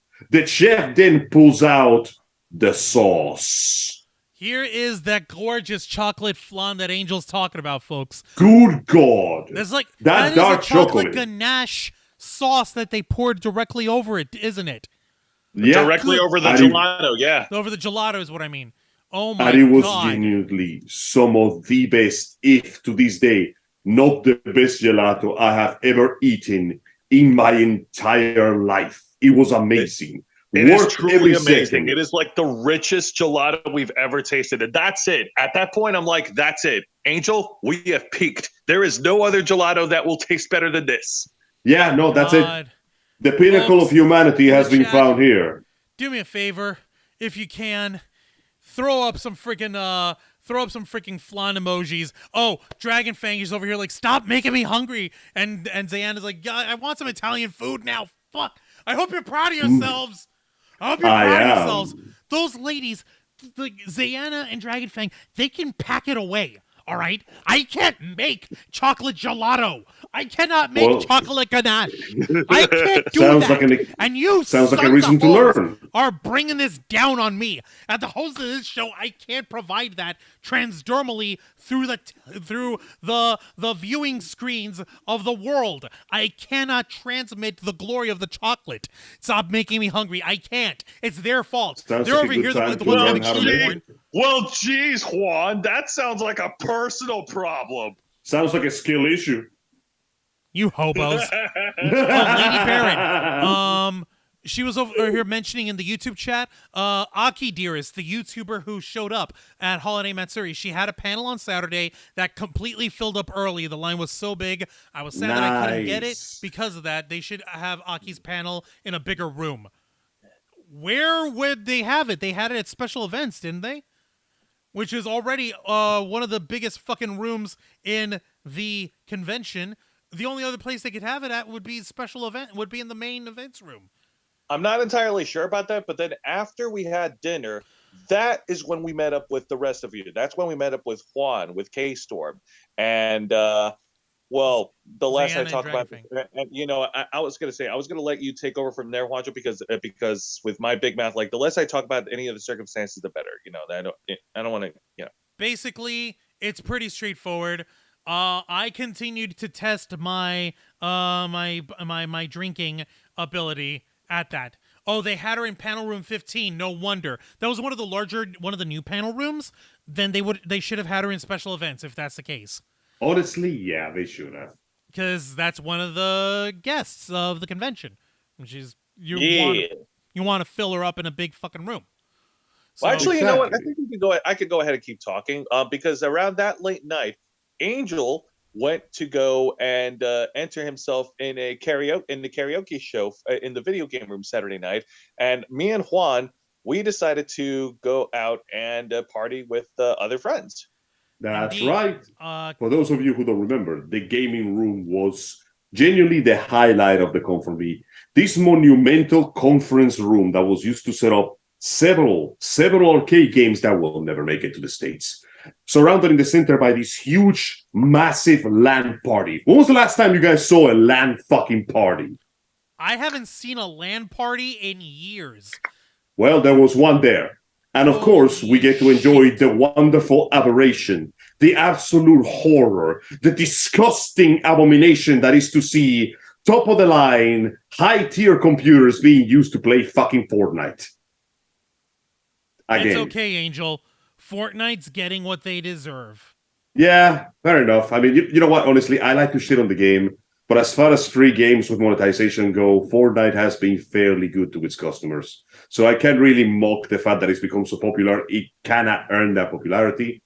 But we got to see also the Taiko Drum game. We had a bit of fun with that, me and little bro. I was hoping that I could see a friend from Twitch, a streamer called Fahuzo. He and brother Kyo were going to make it, but unfortunately, Kyo couldn't make it due to issues. And Fahuzo could barely make it anywhere because the man was just too exhausted. So I never had a chance to actually talk to him. Hopefully next time.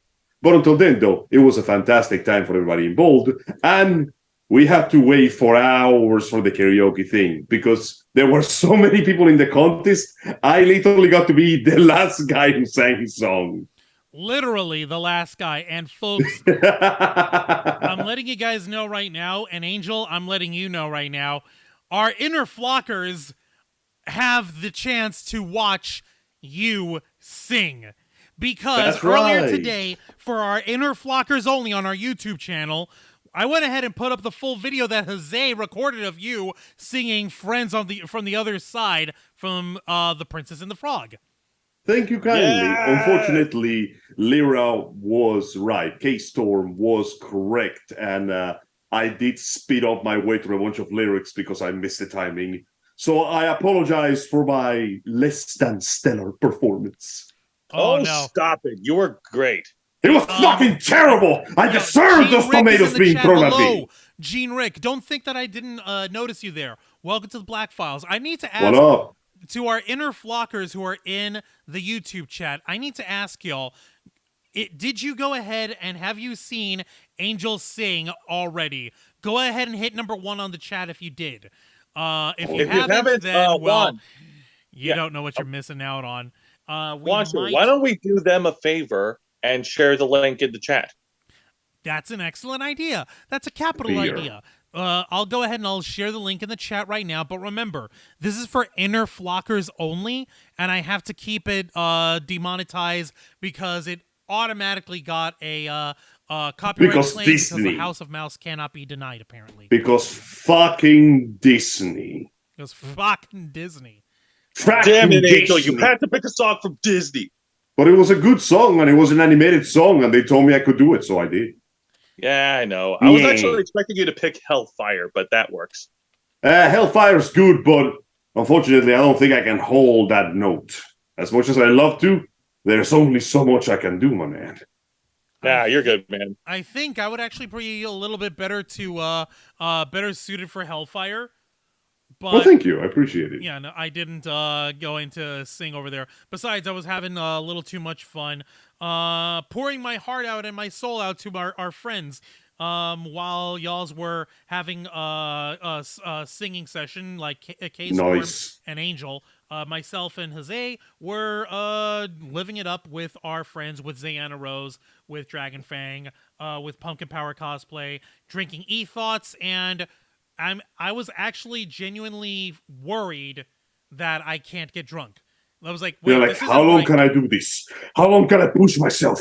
Where will I reach my limits? Juancho, you were not only drinking a lot of liquor, which at the time I thought it was suspicious because I didn't know that your medication had something to do with it, but you were also nursing a hurt knee. Okay, yeah, I'll explain my knee. He was gonna die. No, I was trying to die with booze, but that's a different story. I'll explain my knee.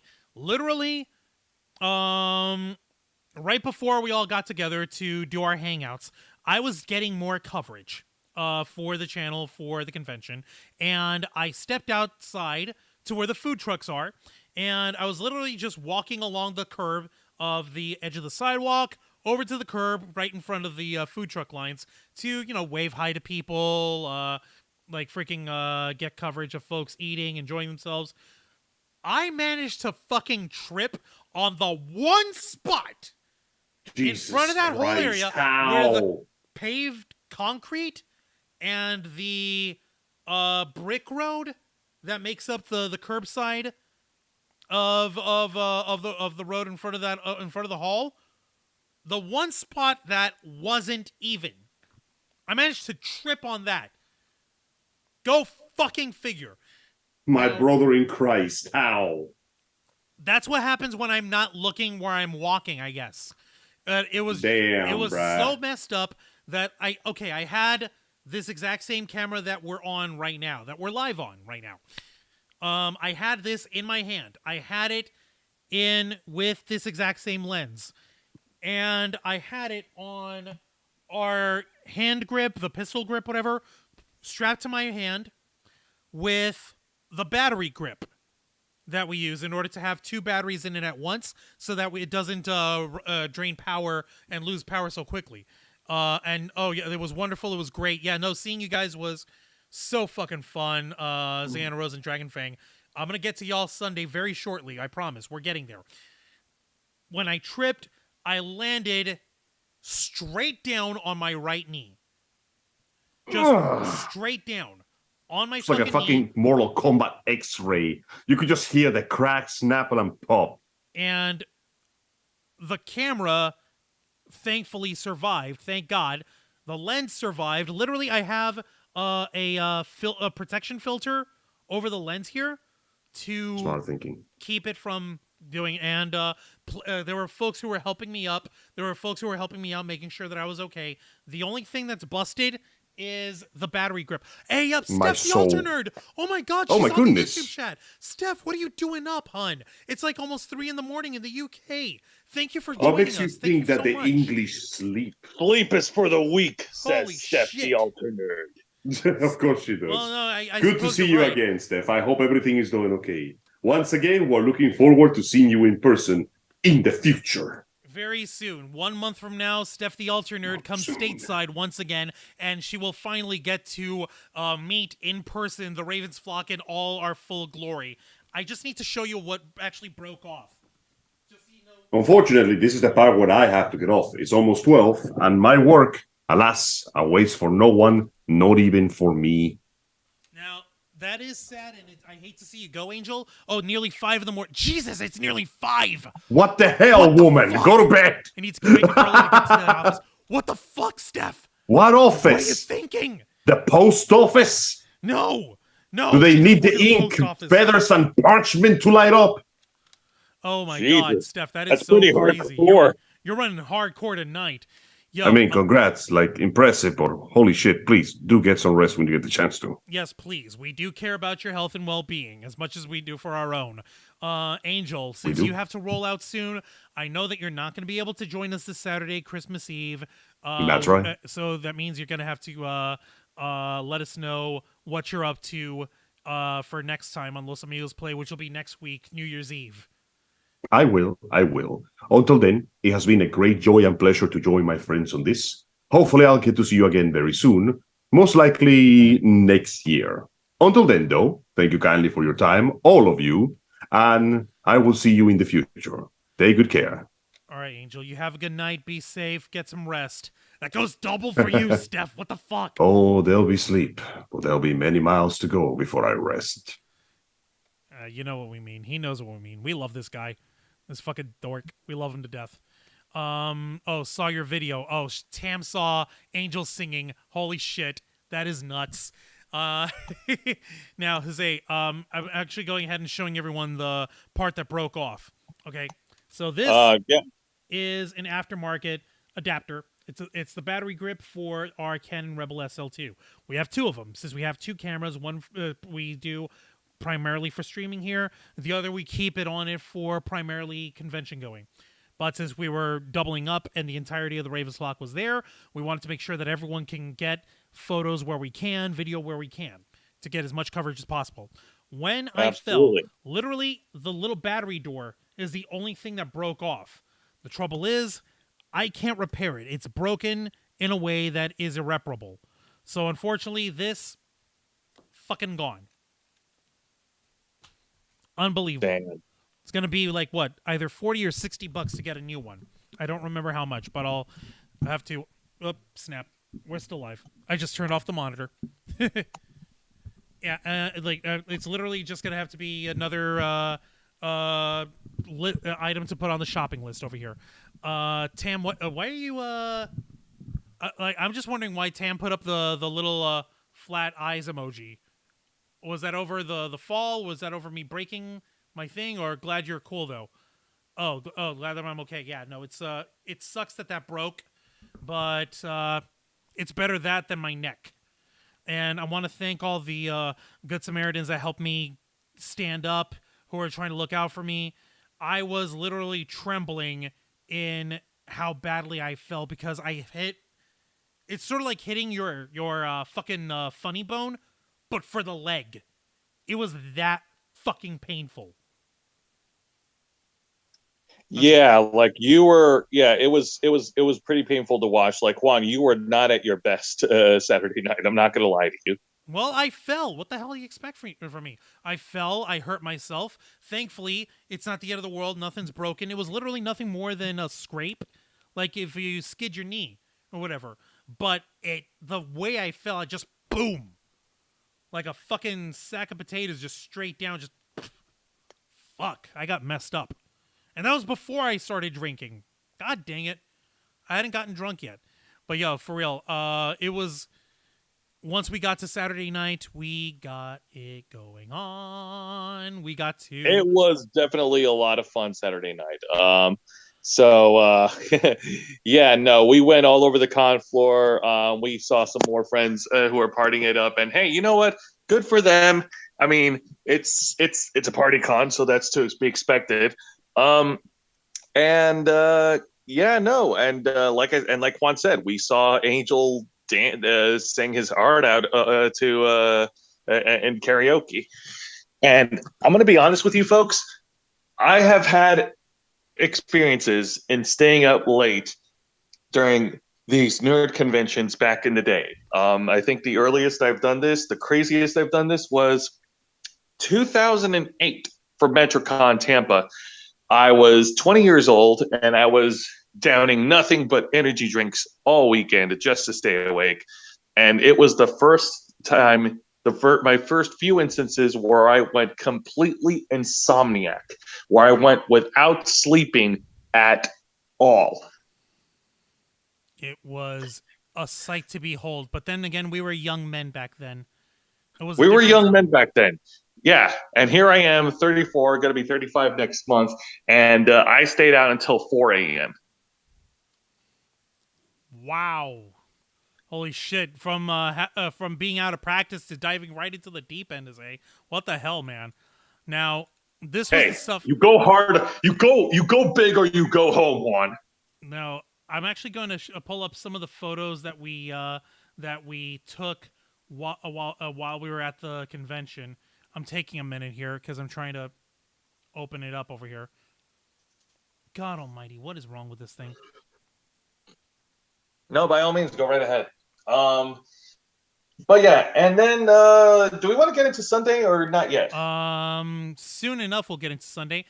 Since you were talking about Friday night, and you were talking about the Terrible Fan Fiction Theater, who is run by our friend, who is incredible, Liza.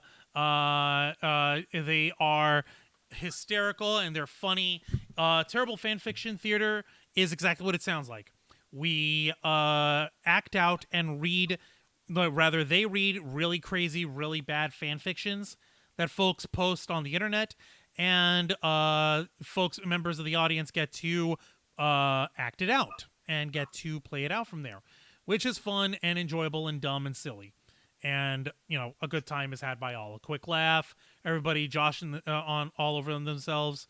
Yeah, these two fine folks, I actually want to say thank you because I forgot their names. These two were some of the folks who actually helped me get back up on my feet and were watching me, making sure that I was all right, and actually brought me back into the lobby of the convention for me to be able to recollect myself before trying to tough it out and get back into the groove of things for the evening. So I forgot y'all's names, but I want to thank you guys. I want to thank you both very much once again for trying to look out and for helping a brother out when I needed it the most. It's much appreciated. That's good. That's good. But now let's get to Sunday. So now we get to Sunday. It's the final day of the con. Oh boy. Checking out of a convention, checking out of a hotel on the final day of a convention, folks, by the way. Oh boy, fucking hysterical. It was a delight having to wait and wait and wait and wait. Waiting is the hard part, especially when you need to check out and move your luggage into your vehicle, let me tell you. It was redonkulous.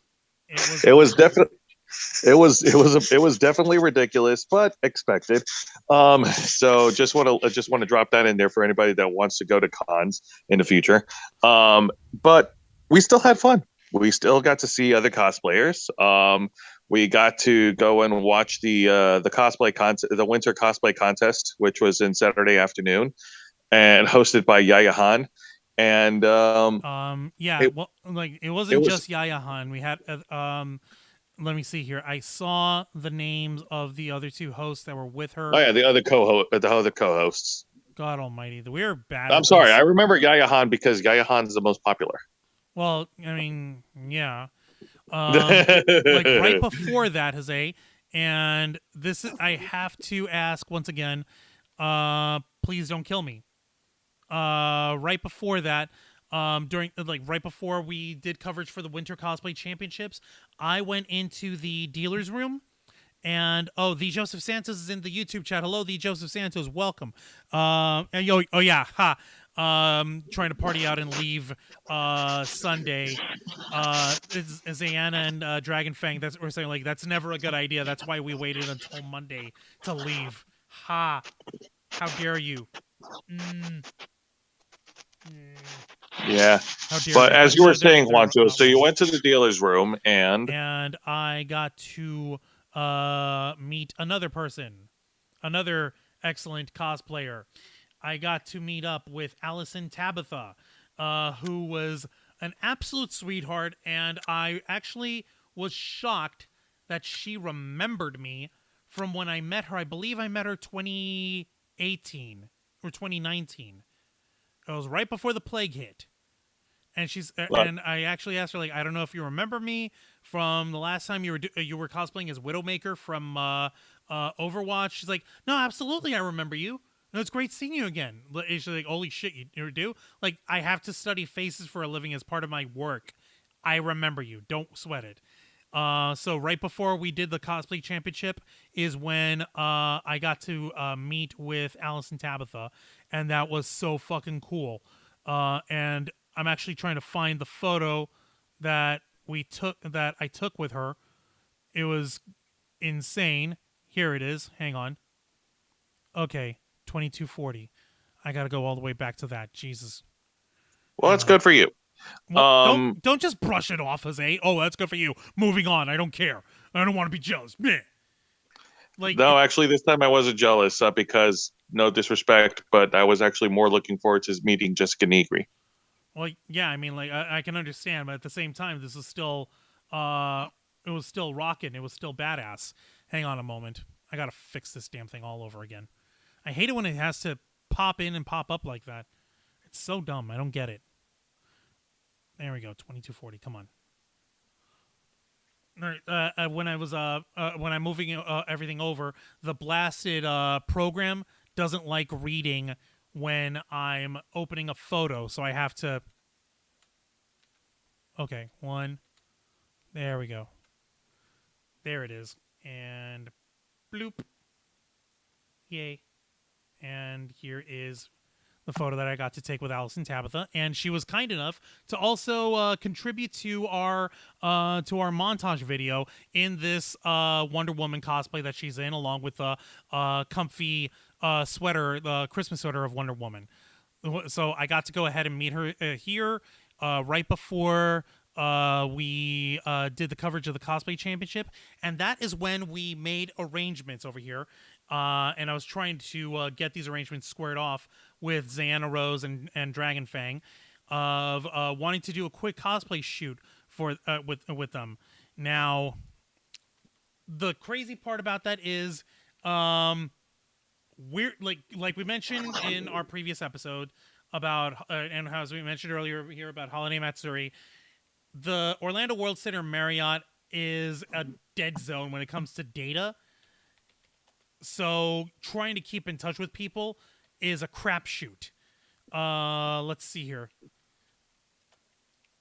Let's see. So suffice to say, it's a pain in the butt, and we have thankfully regular SMX texting, as in like regular text messages. Who even uses those anymore? Was your best bet in keeping in touch with each other. That was literally our best chance in trying to keep in touch with each other. Yeah, pretty much. So, we actually what we ended up doing was I passed Jose the camera that I was using for doing video of the cosplay championship, So that I can record the rest of the footage of the contest while Juan takes care of business with the with our fellow flockers. With our fellow flockers, which is fine. It's okay. I have the rest of the contest all recorded here, and we'll be uploading that also along as part of the membership service. But it was a great contest. I actually had one or two of my friends from real life who actually competed, and I'm very happy that they won awards for the contest.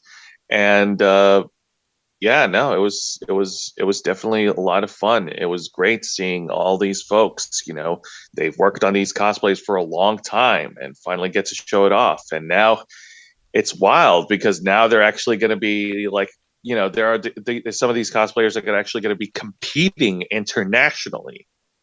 Holy shit! How insane is that? Yeah, imagine something as fun as cosplay. And now being recognized and being elevated to a point where it's now like an actual contest where you compete with others around the world. So, which is incredible. I do want to congratulate your friends over here, Jose, and I really hope this is going to be the first time that the United States is actually going to be represented in this international cosplay competition that's, if I'm not mistaken, is happening in Sweden, isn't it? That's right. It is going to be happening. That's right. It's going to be happening in Sweden.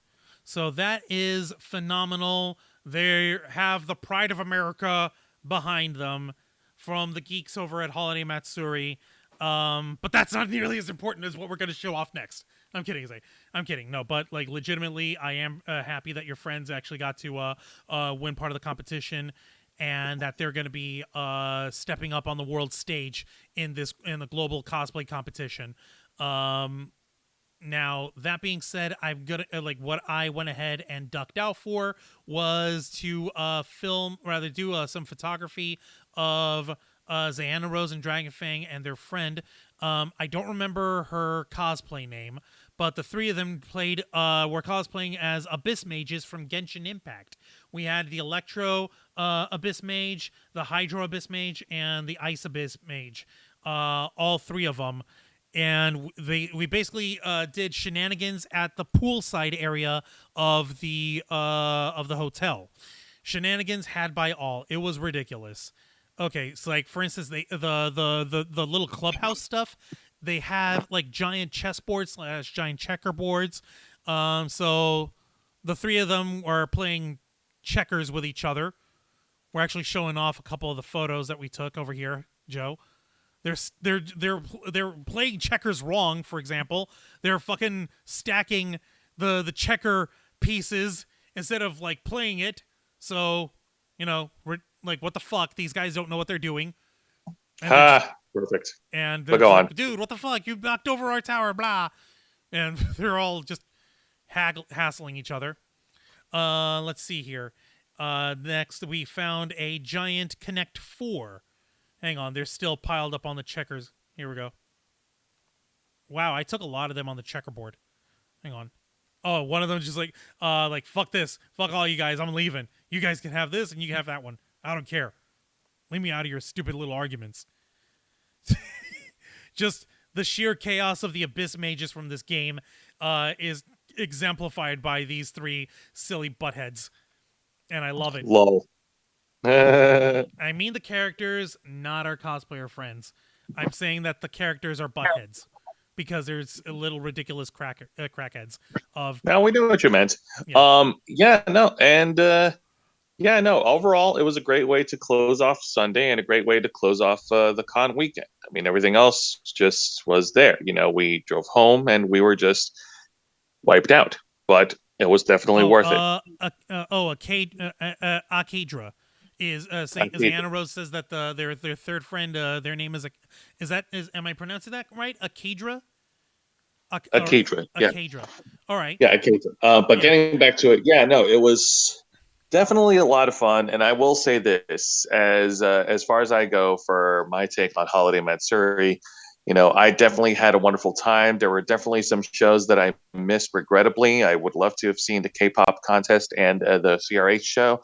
But for what I missed, and and I didn't get to meet any of the voice actors or celebrities this year, but what I gained was much more important. I got to reconnect with a couple of friends who I haven't seen in a long time. I celebrated my brother's Angel Mendez's birthday, and I just had a wonderful time. That is the most important thing when it comes to these, isn't it, Jose? That we celebrate our friends and our family, and that we get to see folks that we haven't seen in a long time. I literally ran into an old friend of mine. She's like, I think she goes by Very Berry Cosplay. I literally went up to her. It's like, I haven't seen you since the plague. That fucking line from The Witcher. Like she literally went, I haven't seen you since the plague, because I haven't seen her since before the goddamn the Rona hit. And Dragon Fang is asking that I show one specific photo of the three of them in this little the stone grotto area of the pool, which has this staircase. We basically called these photos straight out of Genshin, because it looks like the three of them are about to drop a sick beat on your ass. Back from the underground. Shit. Yeah. These are like just the sheer chaos energy of these three. Yeah, pointing their wands at me like God help me. See, yay! It was fun. It was fun. Chaos. It was fun. It was worth silly stupidness, but that's part of like half of the fun is the chaos of getting to be with your friends and getting to see folks and do shit in the spur of the moment. It really is phenomenal getting to see our friends and getting to have fun and have a good time. I also like right before I got started with these fine ladies, I got to take photos of a cosplayer who was dressed as the Undertaker. Yeah, I saw that person walking around. I also saw another person dressed up as Kane. As Kane. Holy shit! The Brothers of That was pretty Destruction awesome. came to HolMat. That was pretty cool. That was pretty dope. But yeah, it was. But since we've since following HolMat, we actually have been reading up and keeping up with the threads online on social media. It looks like the weekend didn't go off without any like there was some incidents that did happen during HolMat that didn't one. You're right. There were some incidents that came up. For the record, this is where we have to go Mr. Journalism mode. So, the fun photos, as awesome as they all are. I also got to meet one of my friends from TikTok. Finally, she goes by Super Mare.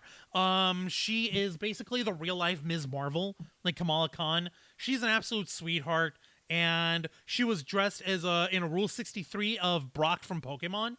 And she was with her friends who were cosplaying Ash and Misty.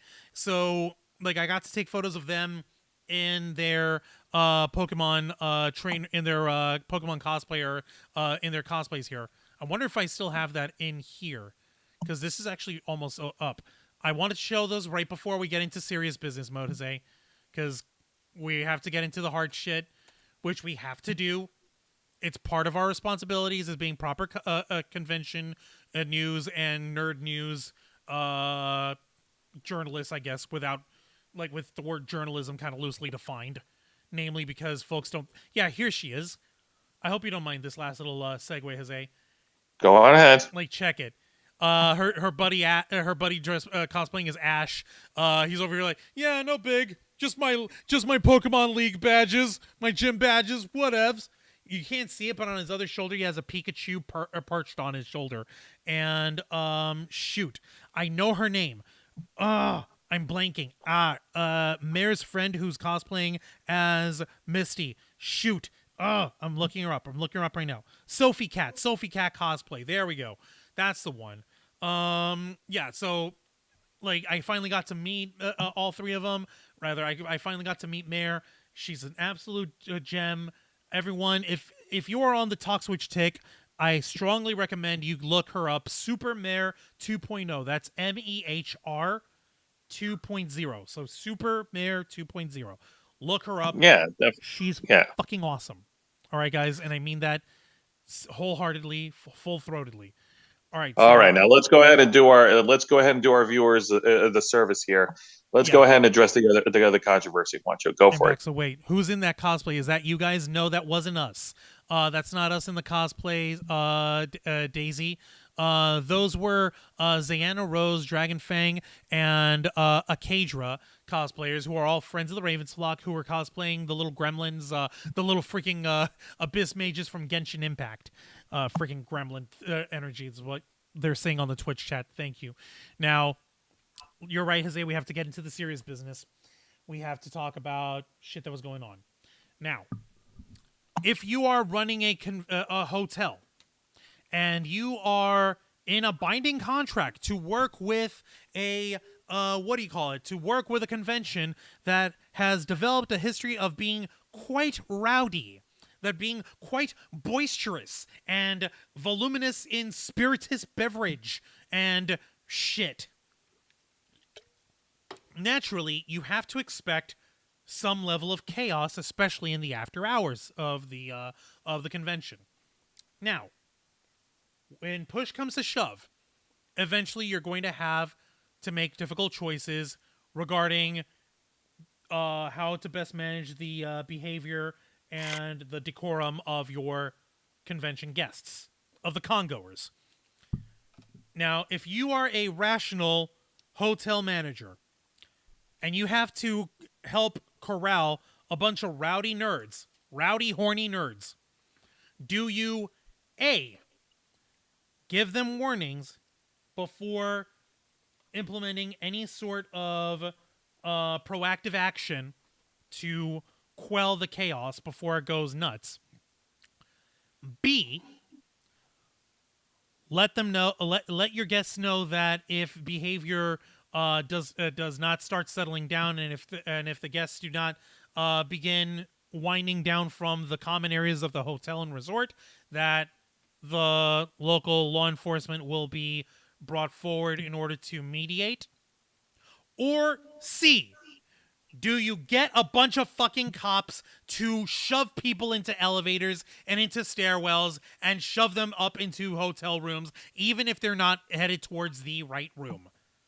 I'll give you one chance to guess, and I'll tell you right now, the first two the first two choices don't count. Because apparently, according to, for the record, this is all rumor and innuendo. This is this is all secondhand testimonies from people discussing the convention afterwards or during the con on the public Facebook page and on other social media sites, that the hotel director, once the clock struck 2 a.m., was saying that there is a county-wide curfew, and went ahead and called in sheriff deputies to shove people out of like the lobby bar, the common areas of the convention, the hallways of the convention center, and shove people back up into the hotel rooms or off the premises. Some of which getting bad. Yeah. Yeah. Man, oh man, oh man. As the young children would say, that is not indeed, in fact, a good look. Thank you, Tam. You're showing off the right emojis over in the YouTube chat. You're showing off the slur emojis. Thank you for that. And Dragonfang on the Twitch chat, we could hear all this happen because our room was near the lobby and the lobby bar. Holy shit. So yeah, no, y'alls were right up in the thick of the action, unfortunately. So that was either the east or the south tower. Or rather, the west of the south tower is what I meant to say. That is fucking nuts. Oh, yeah. Okay, yeah, east tower. East tower is where y'alls were at. Okay, thank you for helping me clear that up, Zayan, Arauz, and Dragonfang. Both of y'all. Holy crap in a crap basket. Joseph, hit me up here with your thoughts, for crying out loud. I'm staring at your blank, like, AI-generated photo, and I know you've got opinions, Zay. Yeah, no, I do have opinions. I thought that how the hotel staff handled this the whole thing was just a bit extreme. Although it wasn't not even a bit extreme. Juan, before you cut me off, I wasn't which cutting you you off, haven't like, happened to, a bit, you think? it was very, very extreme. It was too much. Like I'm trying to understand it from the hotel staff's point of view. Like, yeah, okay, Holiday Matsuri, for the longest time they've had a history of like a bunch of chaos happening during the party nights of the convention. All right, and I've witnessed it firsthand. But at the same time, like you're also trying to foster try to find the right term here. They're trying to foster an atmosphere where it's where you want to keep your patrons, where you want to keep your paying customers happy and stuff, and while also maintaining the rules, while also maintaining the rules under the roof. But like hitting the button for the authorities like that soon, that quick, without a warning, no, just no. Yeah, like they gave no warning, and what they were saying was that that there is a county-wide curfew, and everyone has to be in their rooms and in their homes by 2 a.m. Like bullshit. It wasn't a county-wide curfew. You got to remember, folks, we have to take all this with a grain of salt, big enough to feed a horse. Okay. So this is all coming from secondhand testimony. This is coming from anecdotal testimony of folks talking on the public Holiday Matsuri Facebook page. I also have to state, as a matter of record, as of right this moment, I'm looking at the Holiday Matsuri Facebook page. I don't see any sort of response from the convention about this.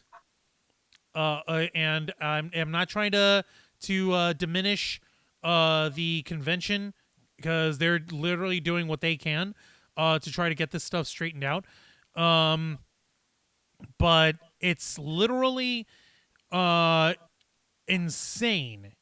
It is absolutely insane that there's folks who would go this far. Also, there has been I do want to bring this part up because I mentioned the Green Ranger earlier. Let me see here. Yeah, this was for every Green Ranger tribute drink sold, a donation will be made by Holiday Matsuri to the Center for Suicide Awareness. And it was tasty. It had Smirnoff raspberry vodka, peach snap, lemon juice, simple syrup tonic, and Midori. I got to tell you guys right now, it tasted great. It tasted incredible, and I drank it in honor of Jason David Frank. Point is, another thing that was brought up during the closing ceremonies of the convention is that 2023, next year, looks like it will be the last year of the convention being hosted at the Orlando World Center Marriott.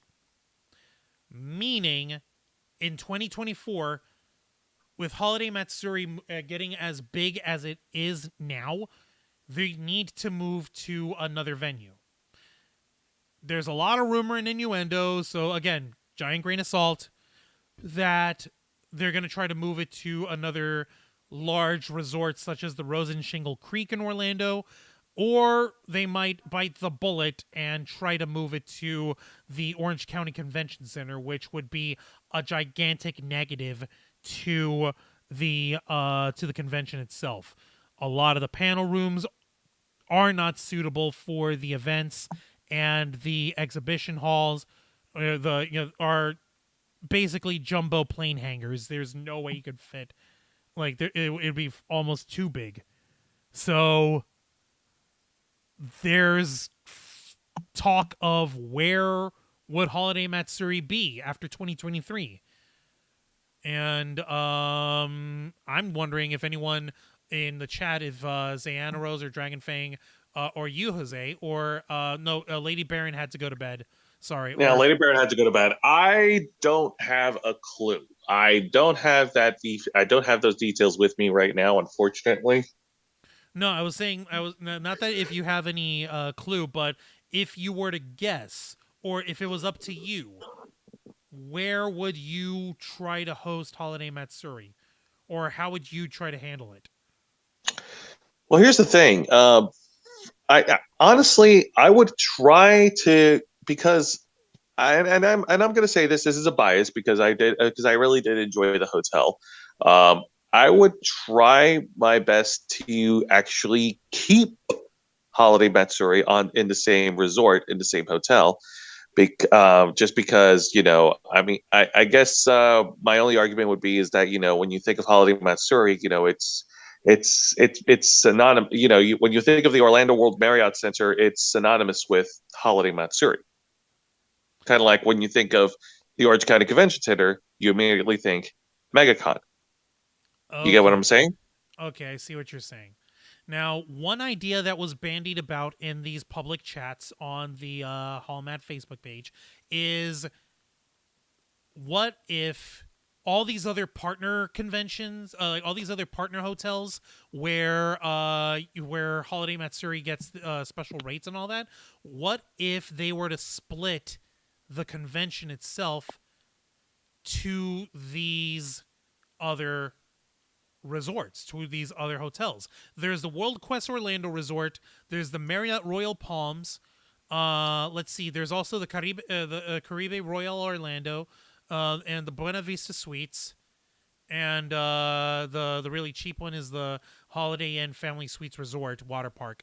I think splitting the convention across multiple venues, that might be the smarter way to go, if only to try to keep the majority of the convention in the same area while still diffusing it in the concentration of its structure.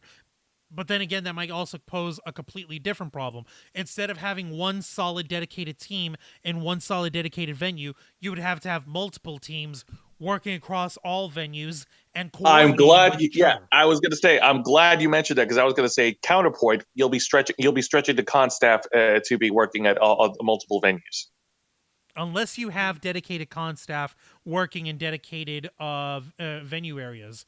The reason why we bring this up is because as we were entering the Orlando World Center Marriott, we saw these gigantic tour buses passing in and out. I'm like, holy shit, I wonder what else is going on.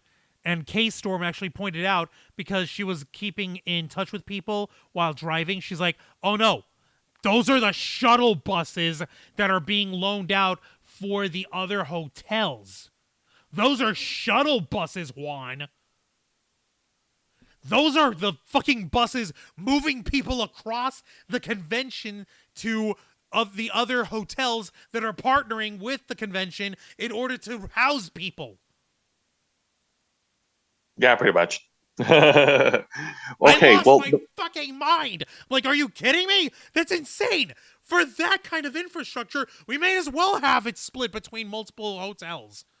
But you also have to. But listen to me, Juancho. You also have to hire more people for the convention staff. You're going to have to, depending on how you structure it between the different venues, you're going to have to figure out which goes where, how to organize the events rooms, and you're also going to have to. You also have to fill out a quota. You have to make sure you reach a maximum number of attendees who will purchase the tickets for the weekends for these resorts in order to justify expanding Holiday Matsuri to these multiple locations.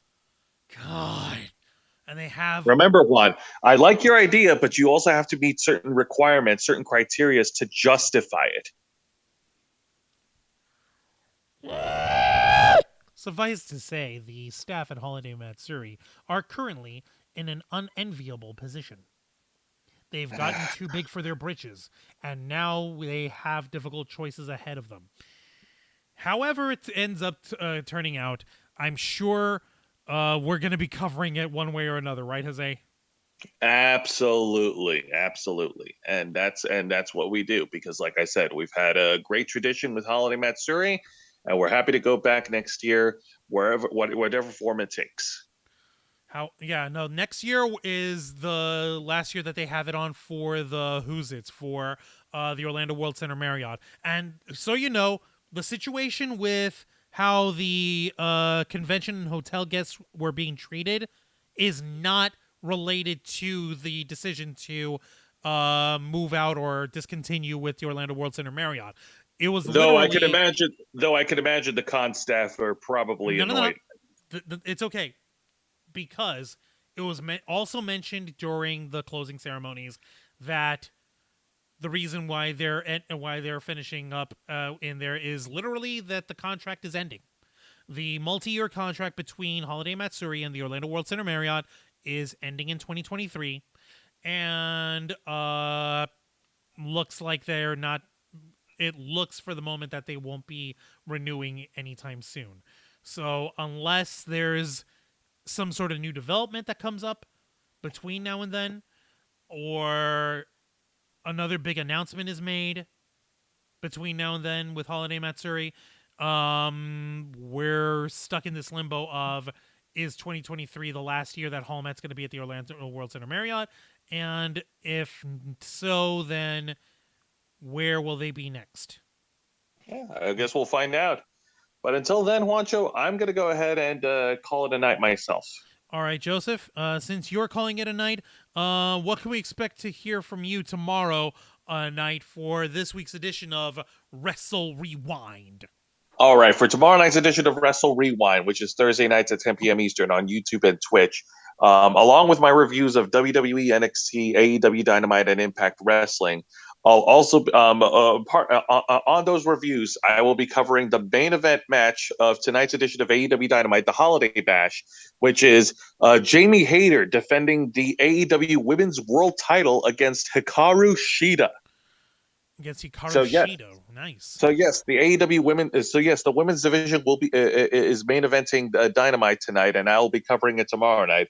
But along with the reviews, I'll also cover the main event of this year's 20th anniversary of WWE's Tribute to the Troops, which was on Saturday, December 17th, and it is a 6-man tag team match. The team of Drew McIntyre, Sheamus, and Ricochet taking on Imperium, led by the with Ludwig Kaiser, Giovanni Vinci, and their leader, the WWE Intercontinental Champion, the Ring General, Gunther. Please don't throw down your phone. No. Instead, I would like for you to throw down a mic. Any mic. No. Fine, Those don't throw that microphones are anything. expensive. Fine, then just yell with me. Gunther! There we go. Just because it was fucking funny how he did that. Yeah, but that being said, no, we're not gonna have it. We're not gonna have an edition of Los Amigos Play this Saturday, unfortunately.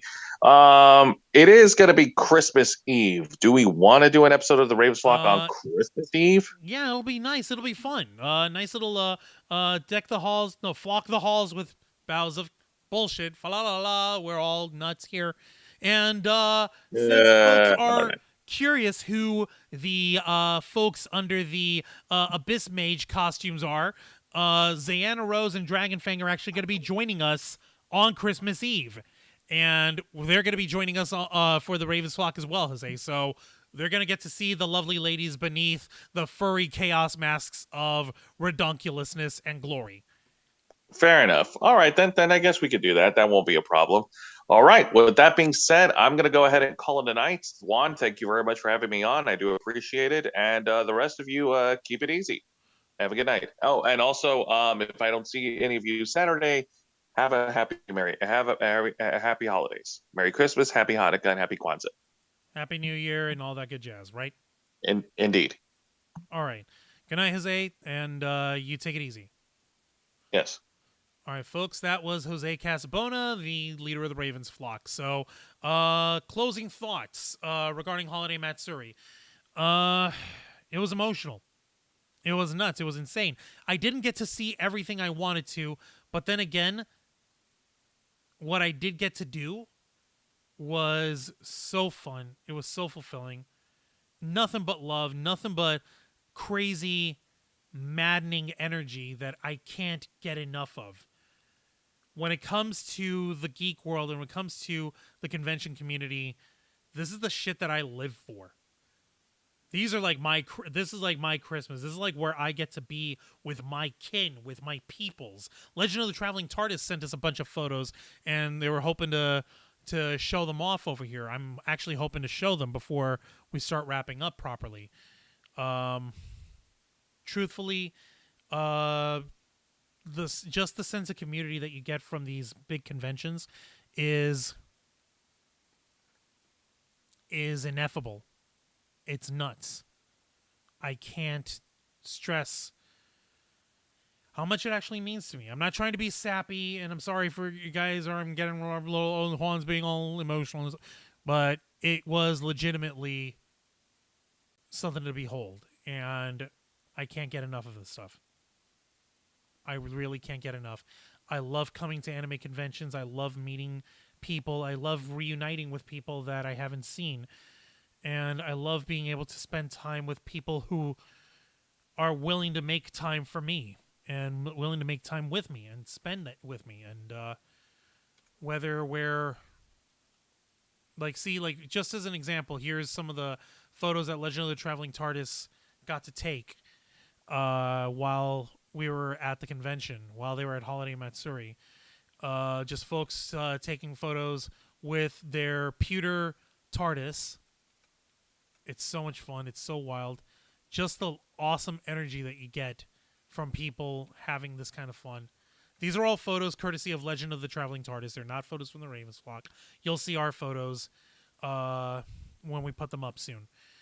Point is, as far as this goes, I I don't. It's sappy and it's sad, but at the same time, I don't have post-con depression this time. Even though there was crazy shit that happened at the convention that was chaotic and the energy was just all over the wall, and there was stuff that I wasn't expecting to happen, threw me for a loop. But I got to understand. I get to understand people a little better, and I got to see who I could really count on. I can count on Angel. I can count on K-Storm, on Jose, on Zayana Rose, Dragonfang, Pumpkin Power. I can count on Mare. I can count on those two kind cosplayers who helped me up when I fell and I was hurt. I was just hurt. I wasn't injured, thankfully. I can count on Brennan Hill, who is a friend of the Ravens flock, who was also trying to look out for me when I was having a bit of an emotional issue. But what's most important is that I got to see my people. You know, Andy and the Popcorn Planet family, all you guys are my people as well. But that's like a different facet because you guys are from a different flavor of this nerdy community, of this geeky community. You guys are more into like the celebrity news and sort of like the hard news of some big time celebrities. I'm not trying to say that the Ravens flock is lower level. I mean, like, look at the numbers; it says it all.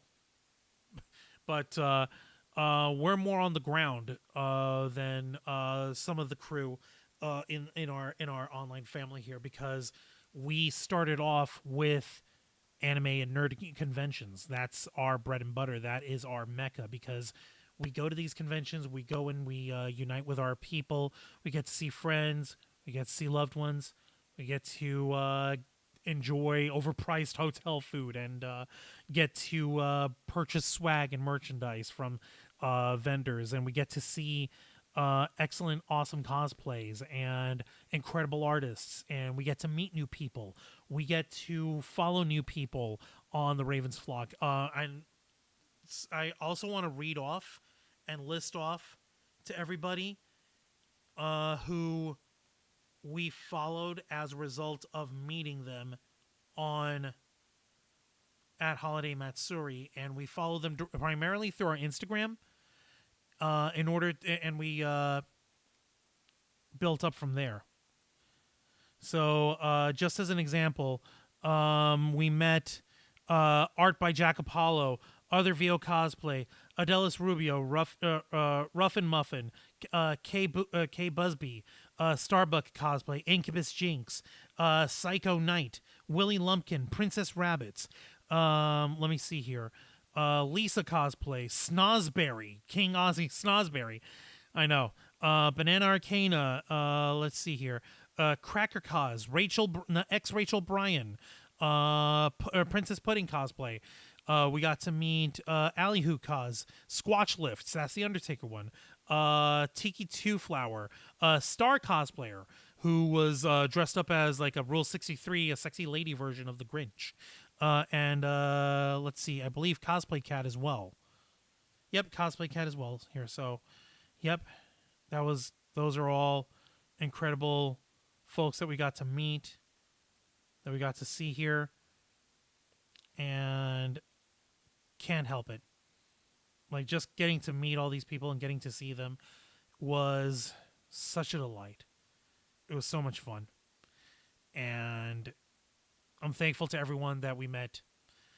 I'm thankful to all the folks who made time with me and with K-Storm and with Jose and with Angel and with Michael and folks that we got to hang out with. One cosplayer that I also follow, Savannah Solo, she was there and we kind of kept touch. We were going to try to meet. It didn't really work out. A lot of my shit got in the way, and she was running all over creation. So, but that's okay. Another time.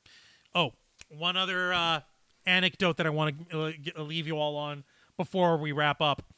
as I was finishing up with the photo shoot with Kadra and Zayana and Dragonfang, was Jose had finished up with doing coverage of the cosplay contest. I told him I was out in the pool area to meet us there.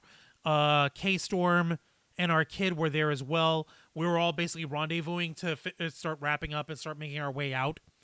And K-Storm pointed at one of the tables right outside of the pool area, and she saw a little tiny white packet, like one of these little tiny white packets here. And she said, oh snap, Juan, isn't that one of your lens wipes? I was like, oh shit, that is my lens wipe, because I always keep lens wipes with us when I'm doing photos, right? And I guess I must have come out of my pocket. I'm like, oh shit, Jose, do you mind grabbing that real quick? Yeah, sure, no problem. He picks up these 2 white packets, and they weren't lens wipes. They were packets of crushed red pepper, as in like pizza topping crushed red pepper, and we're like, oh shit, those aren't lens wipes. I'm like, oh man, sorry about that, Jose. We didn't mean to make you dash all over there just to get those. And Akadra, this is how I knew that I had made a friend. Akadra, without skipping a beat, she's like, oh no, those will still work on wiping the lens on your camera in case if you need to take spicy pictures.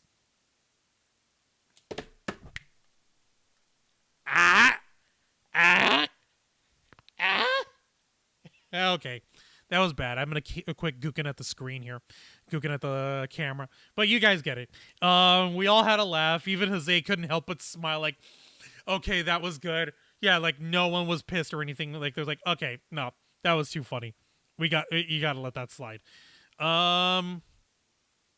So yeah, there was an emotional the power train, an emotional freight train of a ride, power trip of a ride. It was emotional, and it was a ride, and there was a train involved somewhere. Holiday Matsuri is really gigantic, and I can't help but feel like maybe we underprepared, kind of. Maybe we didn't coordinate ourselves a little bit better. I hope that next year and moving forward in the future that we can prepare better. So always take whatever lesson we can when it comes to booking these rooms and getting set up with the panels and getting set up with the events, who's doing what we're doing, and where we're rendezvousing when. So that way we all have a game plan. And we all have shit that we're going to cut through and get to do. I also want to give a little shout out to Kendra and Angel Belenksi, who were partying out in one of the 18 plus programs that was on the Hottest Men in Anime, which was a dance program at Holiday Matsuri. They were there helping perform, and I only literally got to see them one time in the lobby bar. I was wanting to say hi, like, oh hey Juan, look, I gotta go. Like, it's okay, they're busy. Ladies, if either of you two, Angel or Kendra, if either of you two can make some time, I'd love to hang out properly with you. That being said, we're going to go ahead and wrap up the show. 10 out of 10, I'd say, in terms of the convention itself. The hotel manager, whoever's working, the hotel director, they need to chill their ass. They really do. Or at the very least, there needs to be better communication, better coordination moving forward between the venue and the convention, because that kind of treatment, should the rumor and innuendo be proven accurate, is not cool. It's not a good look. Definitely they need to get that worked out. That being said, folks, we're going to go ahead and wrap up. And we'll see what 2023 has to hold in terms of the future of this convention and all the other conventions that you'll get to see the Ravens Flock cover. We'll announce them ahead of time, as we usually do, and if there is anything specific that we're going to try to do, then you bet your bottom dollar that we'll be there, and we'll let you know. And we'll try to announce it first on this program, the uncensored, uncompromising interview and review podcast of the Ravens Flock, The Black Files. Thank you all very much for tuning in tonight to this to our uncensored program hosted by me, Juan Arauz, as we grant you access to the darker underbellies in the world of nerd culture. And tune in live as we grant you this access every Wednesday night at 10 p.m. Eastern Time, simulcasting on YouTube and Twitch. Hit the subscribe or the follow button. Ring the notification bell. One more time, I'm going to go ahead and leave the chat with becoming an inner flocker on our YouTube chat for only $4.99 a month. I'm going to leave that on both chats, in the YouTube chat and the Twitch chat. Folks, be kind. Help support the Ravens flock and help support us here. Until next time, continue to follow us on Facebook.com/TheRavensFlock, Twitter.com/RavensFlock13, Instagram.com/TheRavensFlockOnline, Twitch.tv/TheRavensFlockOnline, and of course, remember to hit the subscribe button and the notification bell right here on our flagship platform, YouTube.com/TheRavensFlock, humble home of the Black Files, Los Amigos Play, Wrestle Rewind, and the Ravens Flock. For everyone at Holiday Matsuri, for Jose Casabona, Angel Mendez, Dragon Fang, and Zayana Rose, for every single one of you guys, every single one of you fine folks over here, I am Juan Arauz. This has been the Black Files, and you know, I just gotta say it. It was an honor spending all this time with every single one of you guys. It was an honor spending all this time getting to meet people and getting to see folks who recognize the Ravens flock. And until next time, this has been the Black Files, and